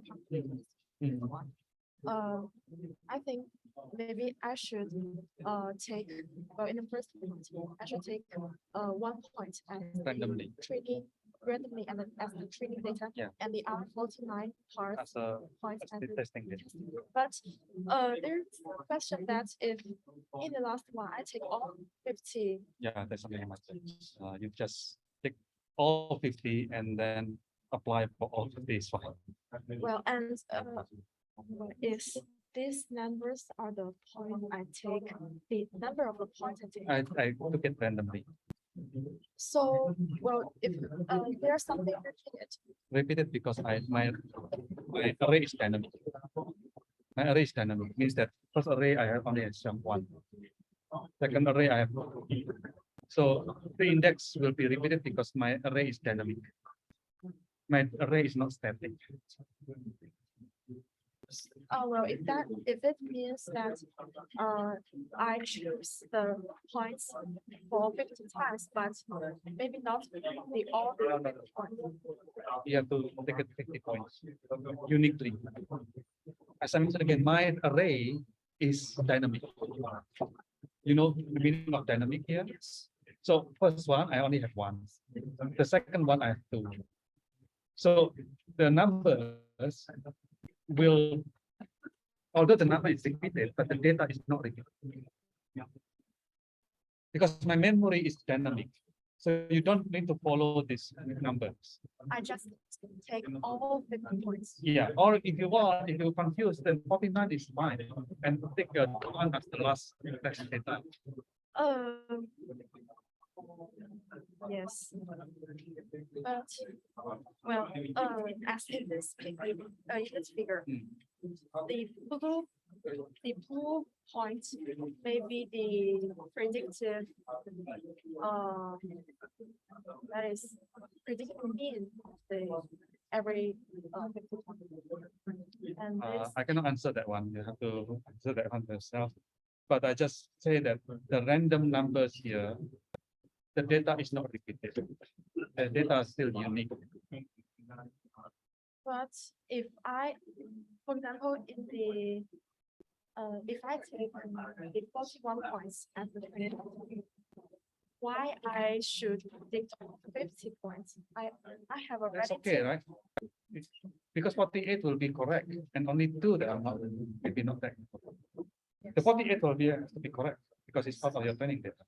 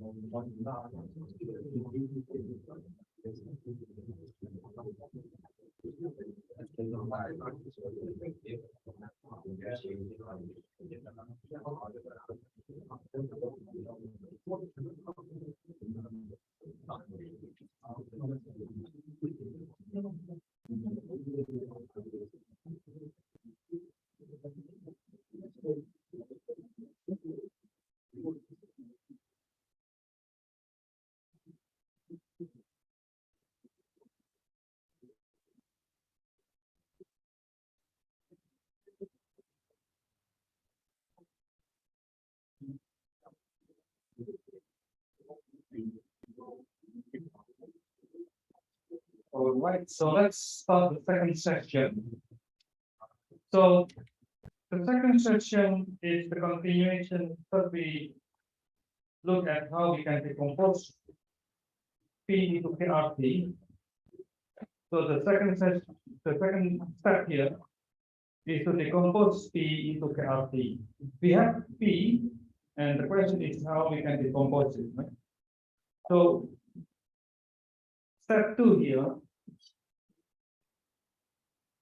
Step 2, decompose P to K, R, and T. So the decomposition is very mechanical. Mechanical means that that you just follow the procedure here. The first step in this procedure is to extract a matrix, whatever matrix you call it. We use M, we use as we use whatever the name, right? So call it J, for example. Extract J. J is a 3 by 3 matrix. 3 by 3 matrix. And this one is taken J equal to the first 3 by 3 submatrix of P. Is it understandable? The first submatrix of P. So imagine that we have P, P11, P21, P31, P12, P13, P14, P22, P23, P24, P32, P33, P34. The first 3 by 3 submatrix means that we take this as J. That's the meaning of the sentence there. And once we have J, so we using RQ decomposition. RQ decomposition is a standard package like a QR decomposition, RQ decomposition. J equals to K multiplied by R. So what is RQ decomposition is basically, let me think. So how many of you know QR decomposition? How many of you know QR decomposition? Oh, well, yeah, okay. RQ decomposition is, I can give you example of RQ decomposition. A can be decomposed into RQ. For example, if you have a matrix 2, 2, 1, 1, for example, if you do the matrix decomposition, it will be 0, 0, minus 2.83, minus 1.141, multiplied by 0.71, 0.71, 0.71. It's happened to be this way for this particular example, minus 0.71. So basically, RQ is this part here has to be a triangular matrix. So the right part of the matrix has to be a triangular matrix. So that's the definition of RQ. The R has to be triangular matrix. That is the constraint that we have to impose in this RQ decomposition. Q doesn't have any constraint. It can be any matrix. So R has to be a triangular matrix. So it has to be triangular matrix. Okay, so triangular matrix that means that the triangle have to has some value, and the other side has to be 0. Okay, so that's basically the RQ decomposition. So K have to be in this way. And then the third, if you want to know why have to be RQ decomposition, right? I will not explain this, but if you want to know, you can look at the textbook that I just mentioned. Right? That textbook is actually the Bible of computer vision geometry. So in computer vision, there's a called geometry community, which doing this research in 3D world reconstruction. And that book is actually the Bible of people working in this 3D geometry computer vision. So please read that book. That book is very, very deep in the discussion. So anyway, so T, you can get T. So now you already have K and R. So K and R already obtained. And then T, you can just have the inverse of K multiplied by P1, 4, P2, 4, and P3, 4. Again, we have P already, so this is already known. This is already known as well because it's taken from that one, so this is known as well. So by having K and having P, we can have T. Now the question is why this, right? So I will give you the quick answer for this. So the question is why. So the answer is because K inverse P, K inverse P equals to what? Remember that P equals to what? The definition of P is K multiplied by R T, right? This is the definition of P. So K inverse P become what? RT, yes. So it becomes RT, a matrix here. That matrix RT.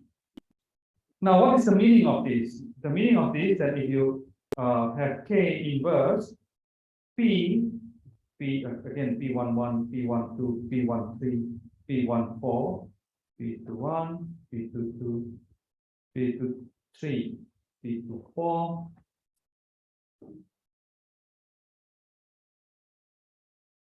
equals to RT.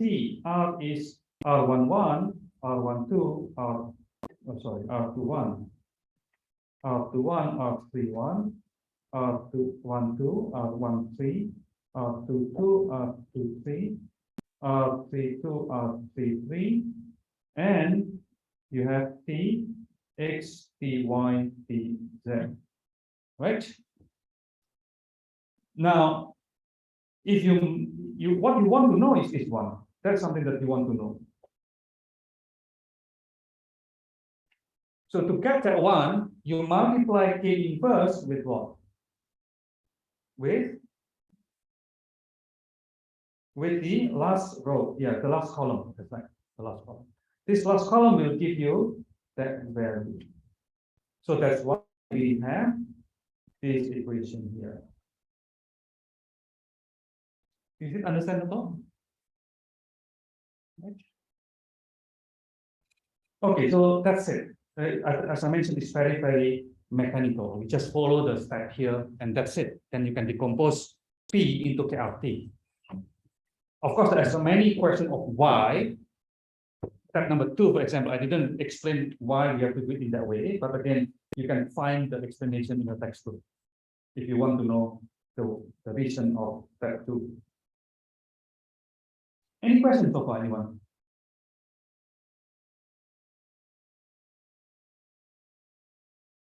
Okay, so if there is no questions, I just want to have a quick discussion on the assignment.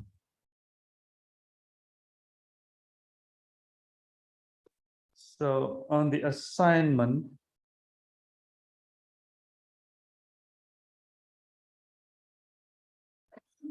so as I mentioned again, for example, this camera geometry, right? So here, actually, there is an explanation of which part of the textbook that you need to read. So you need to read this one because this is part of the exam. So everything that is called reading, it will be used for the exam. Additional resources is not necessary. You just, if you want to know further, you can look at the additional resources, but the reading is compulsory because the exam will be taken from this reading. Right? Any question for this reading? Yeah, so this is written there for you to read. It's not there for just for the sake of being there. Okay, so any questions here? Yes. Most of the lectures are capturing all this. So if you understand the lectures, most likely that you will have no difficulty understanding this reading because I took the lecture note. I wrote the lecture note from this reading material.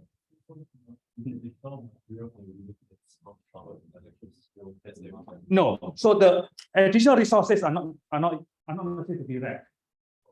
Additional resources there, it's not necessary to have to be read. All right, but if it is a reading here, you need to understand what's going on there, especially with respect to the lecture discussion. Okay, so you have to have a deeper understanding based on this reading material.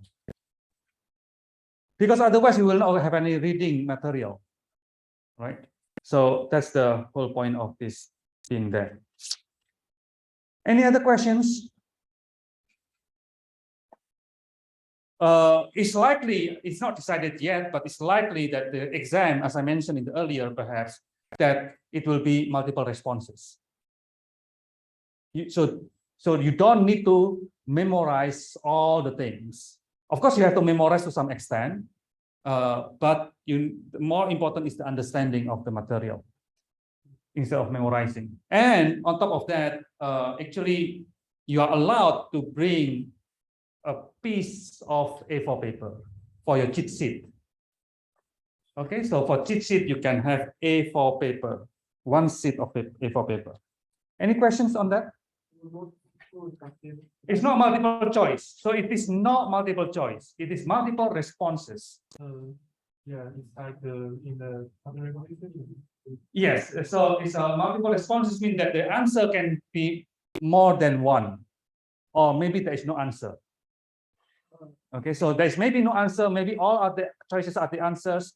Who knows, right? So that's called multiple responses. And yes, you need to justify why you choose that one to be correct and why you choose that one to be wrong. So whether this is wrong or right, you need to write a justification. Okay, so that's the exam format. Any question on the exam format?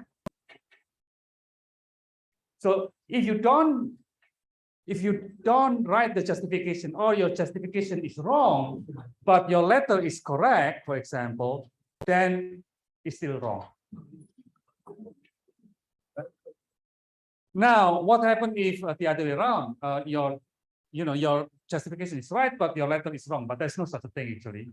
But anyway, so if the justification has some right point related to the question, of course, then you still have point. It's not zero. Any questions on that? Okay, so if there's no questions, let's look at the CA1.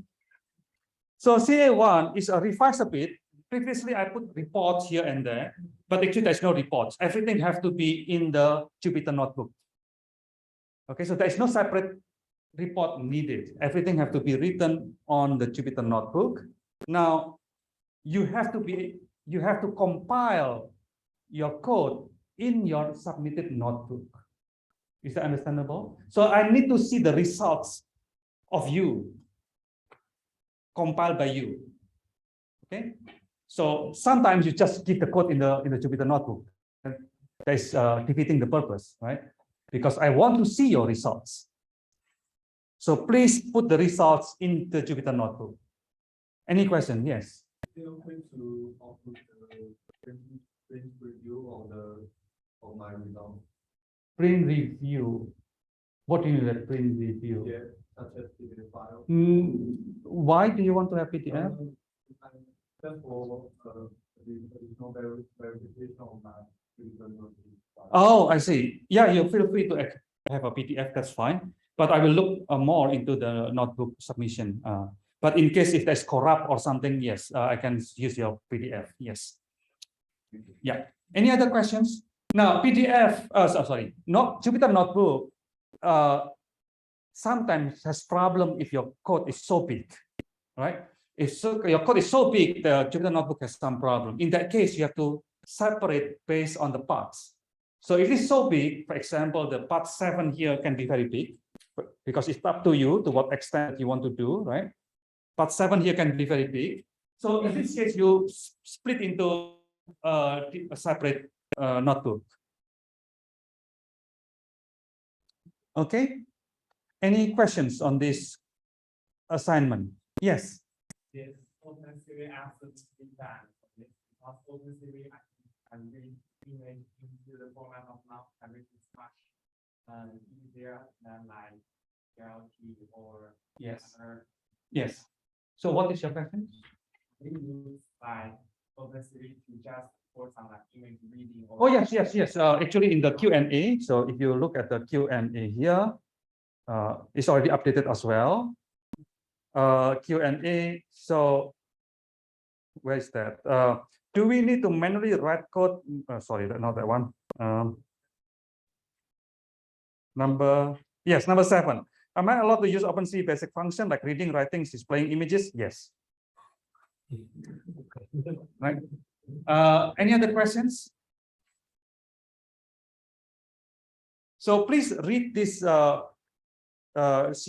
frequently asked questions, so then you can know what is expected from you. Yep. For explanation, do I need to print it out or I can just write in the Explanation. You can write in the notebook. in the code?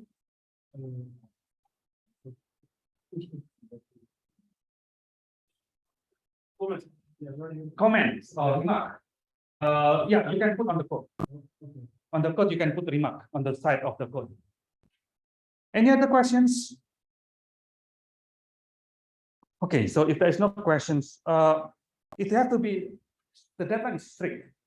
If you're late, then will be deducted 2 points out of 10 for the first 24 hours. For the second 24 hours, it will be another 20 points. Right, so be careful with that. Any other questions here before we move on? Okay, so if there's no questions, let's continue then.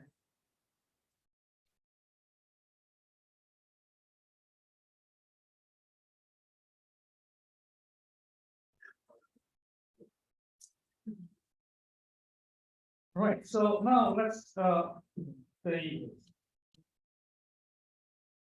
the second thing that we mentioned earlier. There are 3 things for today's lecture, right? Single view geometry, camera calibration, 2-view geometry, fundamental metrics. So we will do this topic of fundamental metrics, 2-view geometry.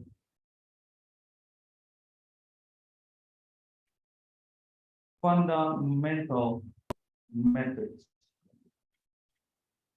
So fundamental metrics is actually have to be 2 views. 2-view geometry. 2-view geometry is basically stereo. So this one is basically the concept of stereo. So imagine that you have a point, and this one in the world coordinate system, XW. And you have 2 views, means that you have 2 images.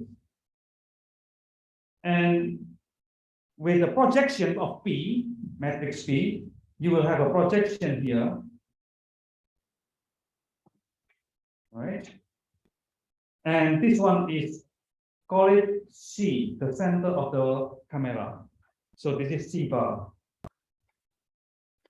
That's for the first image. For the second image, you also have another line here.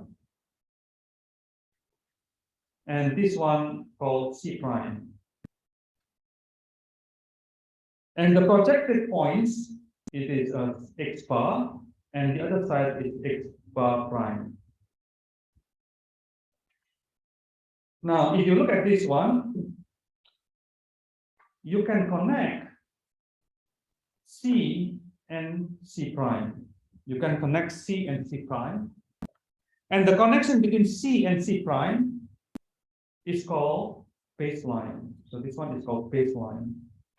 The line that connects C prime, C and C bar, and C in this case, is called baseline. And the baseline have intersection with the plane, with the image plane. So you have intersection with the image plane here. And you have intersection with image plane there. And the intersection between baseline and image plane is called epipole. So this one is E prime, and then this is E bar. It is called epipole.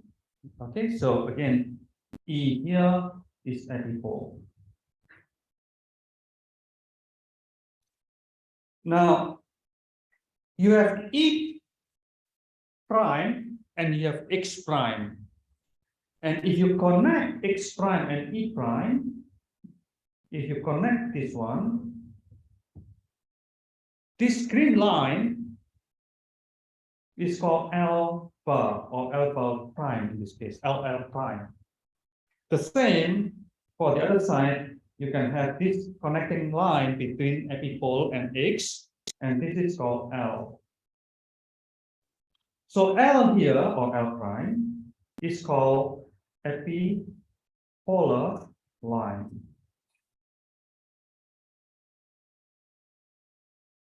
And this triangle, the red triangle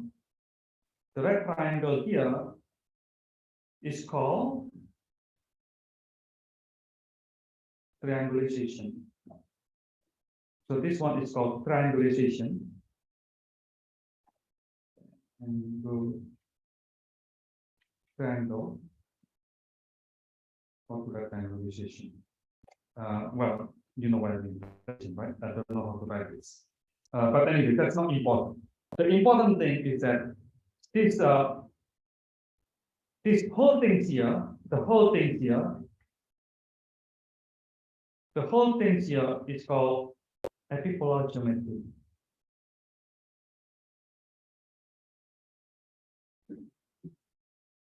Okay, the whole concept here is called epipolar geometry.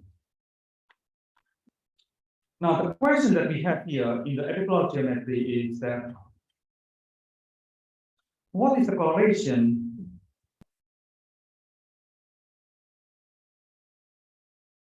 between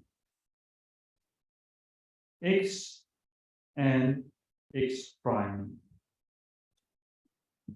Okay, so that's the question here that we need to answer. What is the correlation between X and X prime in this epipolar geometry? Well, to answer this one, there are two possibilities.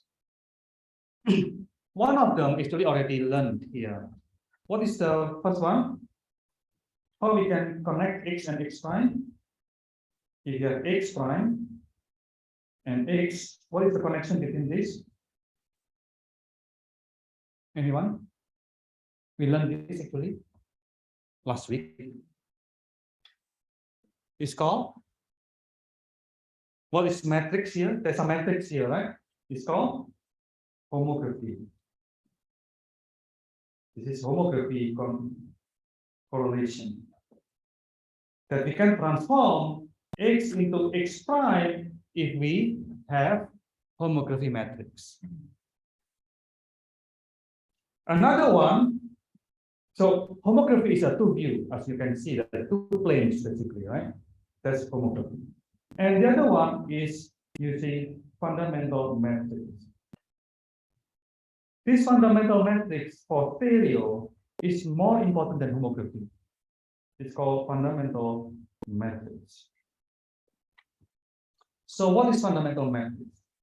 So fundamental matrix, the first property is that X prime multiplied by F multiplied by X equals to 0. So if you look at this, x bar is actually, what is the dimensionality of x bar? X bar, the dimensionality of x bar is 3 by 1. That's fine. X prime is also 3 by 1. And then in this case, sorry, it is transpose here.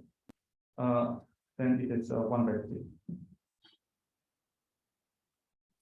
So f is 3 by 3.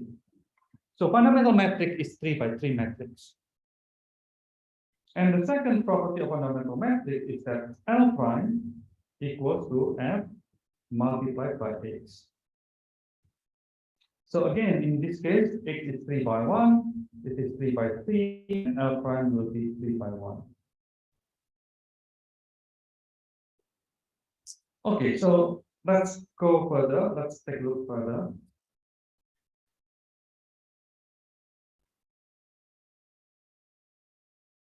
Okay,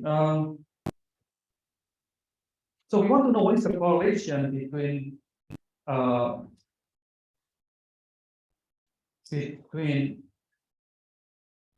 F and H. Let me think. So anyway, so let's look at this further, number 2 further, right? If you look at number 2 further, L prime is equal to F multiplied by X. It's quite bizarre, actually. This equation is quite bizarre, quite strange. Well, it's quite useful as well.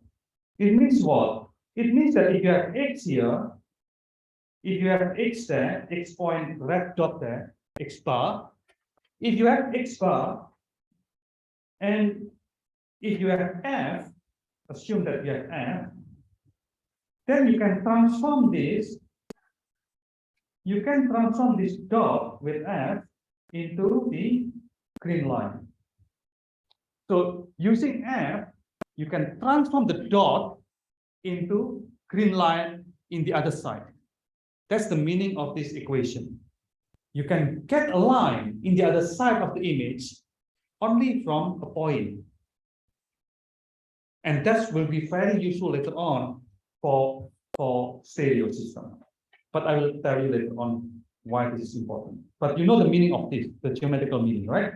So you have a dot in one side of image multiplied with F, suddenly you will get a line on the other side. And this line will intersect with the corresponding point X prime. Okay. So let's go deeper into this L equal to Fx. So L, if you look at this side here, the right hand side, if you look at this right hand side here, right? L prime is formed by E prime and X prime. We can get L prime from X prime and E prime, correct? A line is formed by 2 points, and in this case, X prime and E prime. So we can L prime equals to X prime or X prime multiply or cross product with E prime. Anyone understand this cross product? How many of you know about cross product? The meaning, I know that you know about the cross product, but do you know the meaning of cross product intuitively in the geometrical way? What is the meaning of cross product in geometry? Anyone? Well, I will explain to you. So this one, 2 points, this one is a point, this is a point, and give you, the cross product give you a line. Why this is correct? So let's have an example here. Why is correct, right? So imagine that you have in 2-dimensional to be easy, and then you have 2 points. You have 2 points here. For example, 2 points, and 1 point is 1, 1, 1. For example, it's homogeneous coordinate system. This is 1, 1, 1. This is 1 and 1. This is the other point is 2 and 2. So you cross product this one, 1, 1, 1, 1 with 2, 2, 1. Okay. So you do the cross product. So how do we do the cross product? Anyone know how to do the cross product? This is a high school kind of material, right? Cross product. So how do we do the cross product? Anyone? So you have to form I, J, K. 1, 1, 1, 2, 2, 1, right? So in that case, first you have plus I, right? And minus J and plus K. So what is this element here? The first one, the I1, is the determinant of I. Determinant of I means that you don't bother about this, you forget about that. You only find the determinant of that one. What is the determinant of that one? 1 multiplied by 1 minus 1 multiplied by 2, which give you minus 1. Okay, so what is the J then? J, you do the same thing. So now this minus 1, J is this one. You forget about that one. You do the operation, the determinant of the other I and K. What is the determinant for I for J here now then? 1 multiplied by 1 minus 2 multiplied by 1 give you minus 1. So this one is become positive 1. How about K? K will be 0. So in the end, you by doing this operation, you will have a factor minus 1, 1, 0. Right? What does it mean by this minus 1, 1, 0? This means that you have to go into what is that called? Implicit equation of a line. Implicit equation of a line is a x plus by plus c equals to 0. This is the equation of a line, right? A here, what is the value of a? Minus 1, which is minus x. B equals to 1, y. C equals to 0. So this one equals to 0. Y equals to x. What is y equal to x? Y equal to x is 1. So that's how we get L from the cross product. Okay, so that's the meaning of this. With the cross product of 2 points, you can get a line.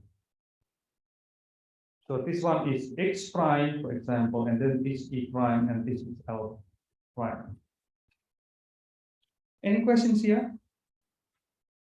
So we can use cross product to get a line from 2 points. Right. So after we know this, let's go further.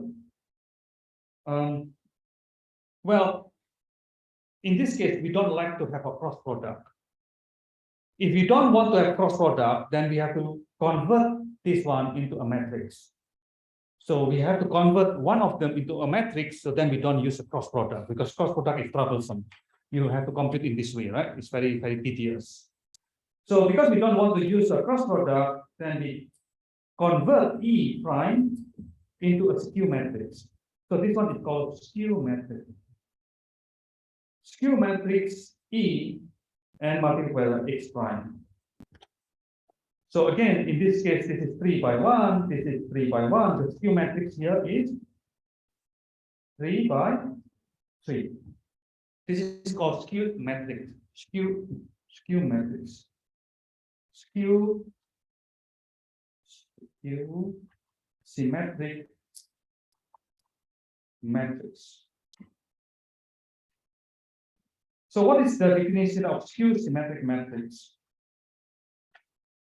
Skew symmetric matrix definition of E per prime x, x here is a skew matrix, equals to 0 E z prime minus E y prime E z prime 0 minus E x prime E y prime E x prime 0. So this is called skew matrix. So there is the definition of skew matrix. You transform the vector into a matrix so that you can avoid the cross product. Okay, so this is very useful trick in mathematics. So basically now you are free from cross product in this equation, in the last equation here. Free from cross product. Okay, so that is one thing, that L equals to E. Now let's go further. L prime equals to E cross E skewed, E prime skewed, multiplied by X bar, multiplied by X prime here. And X prime, according to homography, is H multiplied by X bar. Okay. And we know that from number one, from the property number one, from this property here,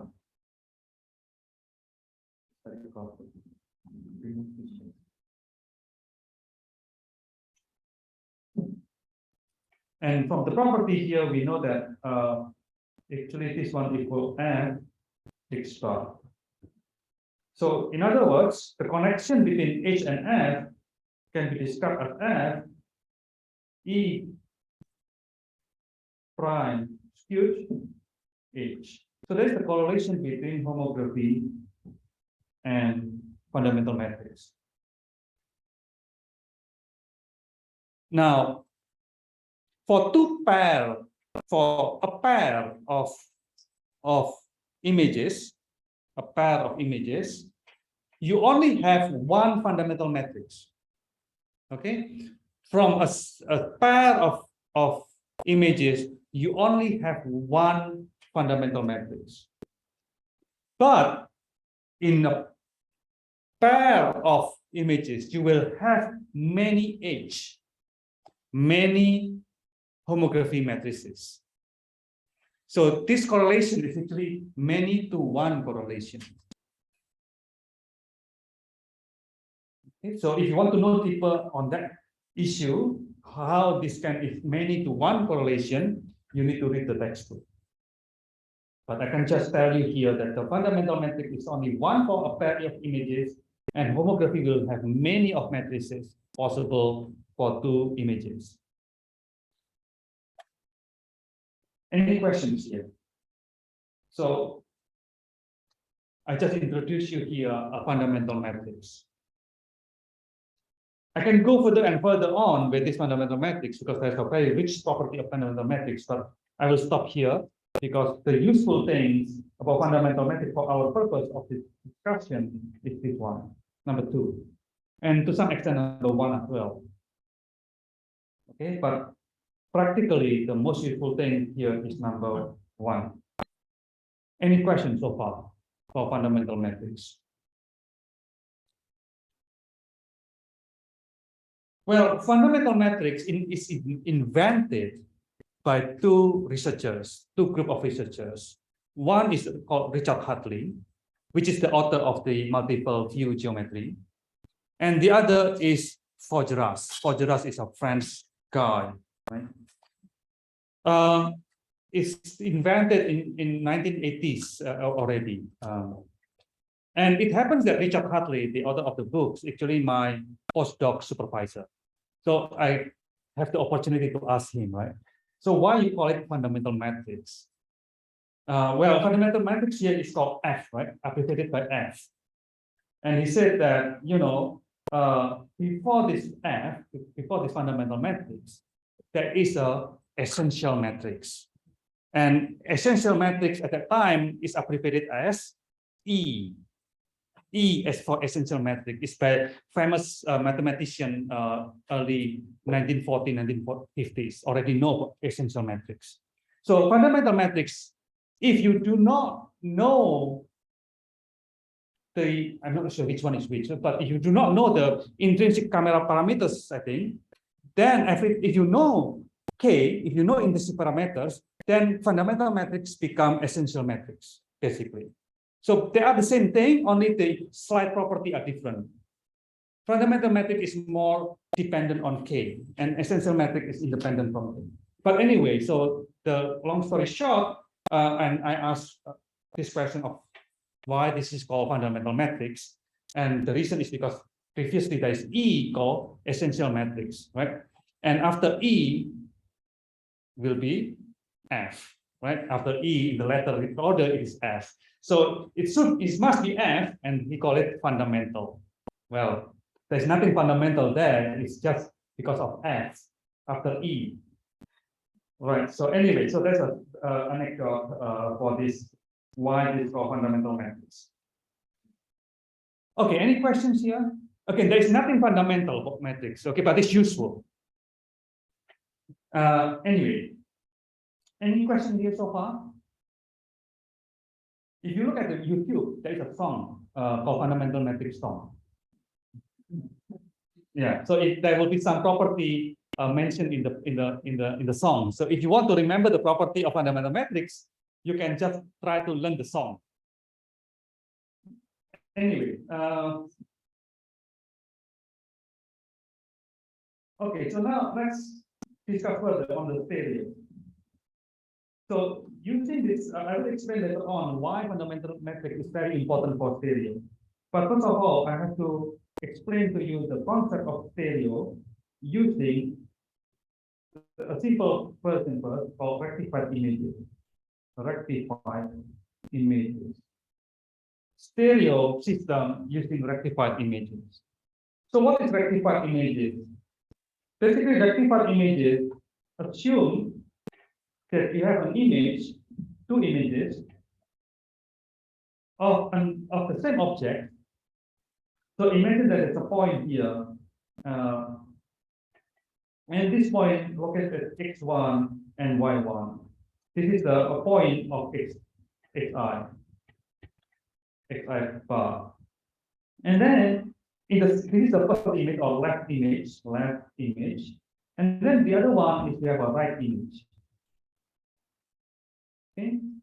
So for the right image, you also have the same point, which is called xi prime, right? So we have prime there, means that actually in the 3D world, they are the same points, but after the projection, of course, the location will be different. So this location here is 2, and in rectified image, so this is, you should remember this one, in rectified image, y2 is equal to y1. So this is the basic property of rectified image. Means that in rectified image, these lines are the same. The information for the y is the same. Only the information in the x-axis are different. So x1 is not equal to x2. Okay. Any questions here? Oh, by the way, this is a assignment. A stereo. So this is, I think, is part 1. Oh no, this one is part 2 of the assignment. So from this kind of system called rectified image, you have to know the depth. So you have to compute the depth from this rectified image. So rectified image is very simple. You have two images with different parameters of the x-axis. So rectified image stereo.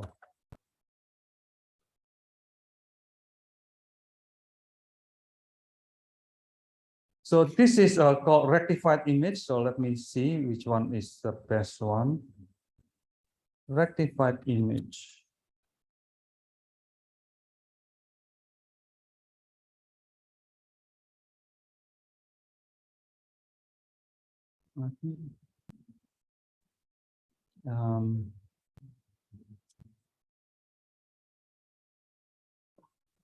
Yeah, so this one is also rectified image. This is called Tsukuba stereo image.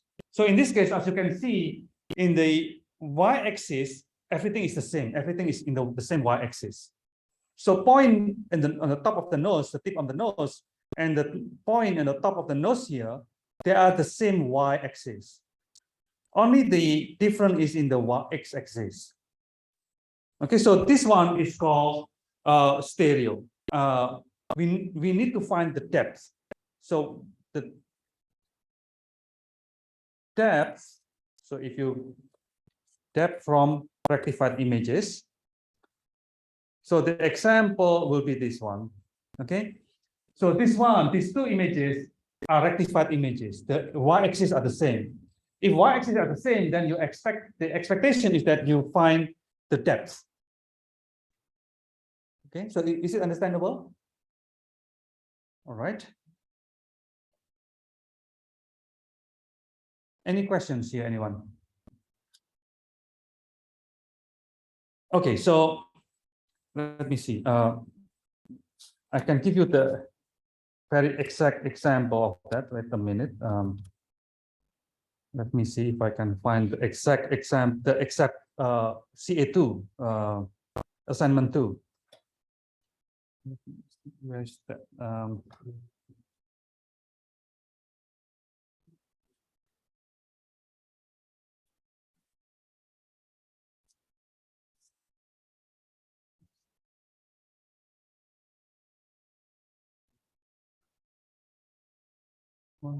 It's not shown.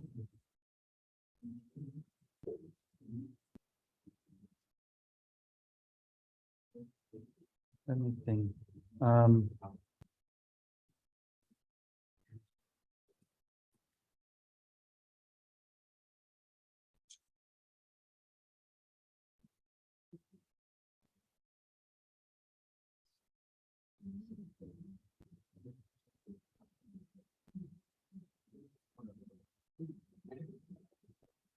All right.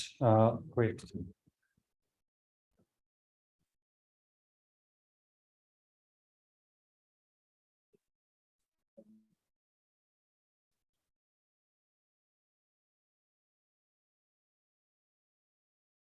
Okay, so basically this is assignment 2. So in assignment 2, using Markov random field, we will learn Markov random field next week. That we want to remove. There's no next week. I mean, sorry. Next week will be recess week. Weeks after that. So we will learn about Markov random field, remove the noise, something like this. And then the second one is stereo from rectified images. So this is rectified images. Everything on the y-axis are the same. And then the expectation is that you need to find this kind of depth estimation. Okay, so that is the state. It's very simple. I mean, this one is very simple. I will let you know later on how to do it. And then we need to have a depth from stereo. This stereo is not rectified. This one is not rectified. The y-axis will not the same as the x-axis. Sorry, the y-axis in the left and the y-axis in the right will not be the same. But I will give you the camera calibration. I give you KRT.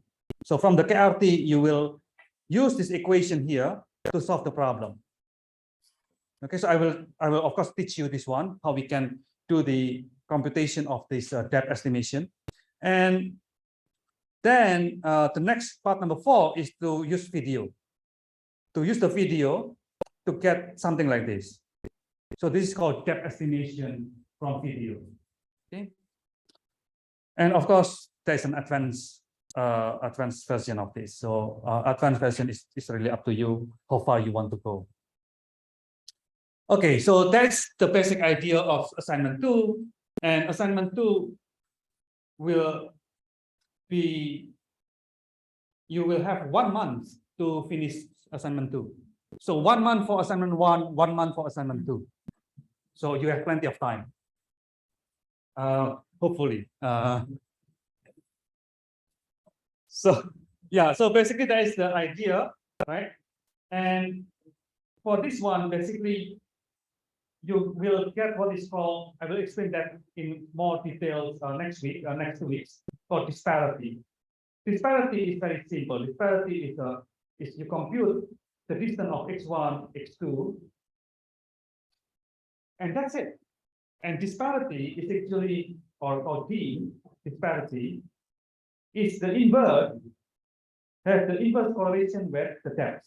So G is the depth, Z is the depth estimation, D is disparity, and disparity and Z has this kind of inverse correlation. So if you know disparity, you know the depths. So basically that's it. That's very simple. X1 minus X2.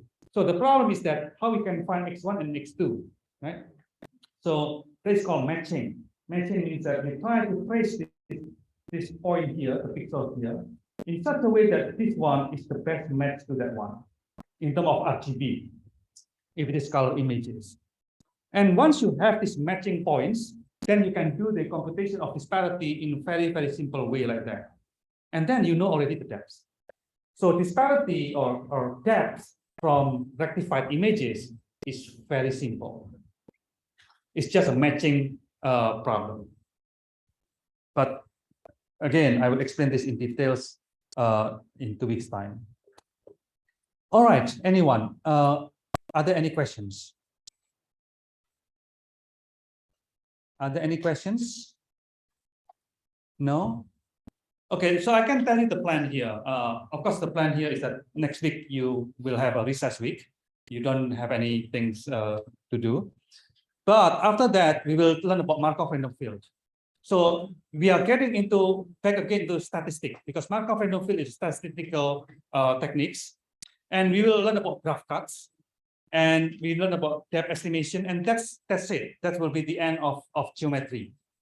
And after geometry, we will learn about optical flow, about motion analysis, right? After optical flow, about motion analysis, we will learn about optimization, about how we will learn about low-level vision, basically, how to remove noise and so on using optimization techniques. All right, so that's the plan, and I think that's all today. And thank you, everyone. I will see you in 2 weeks' time. And happy.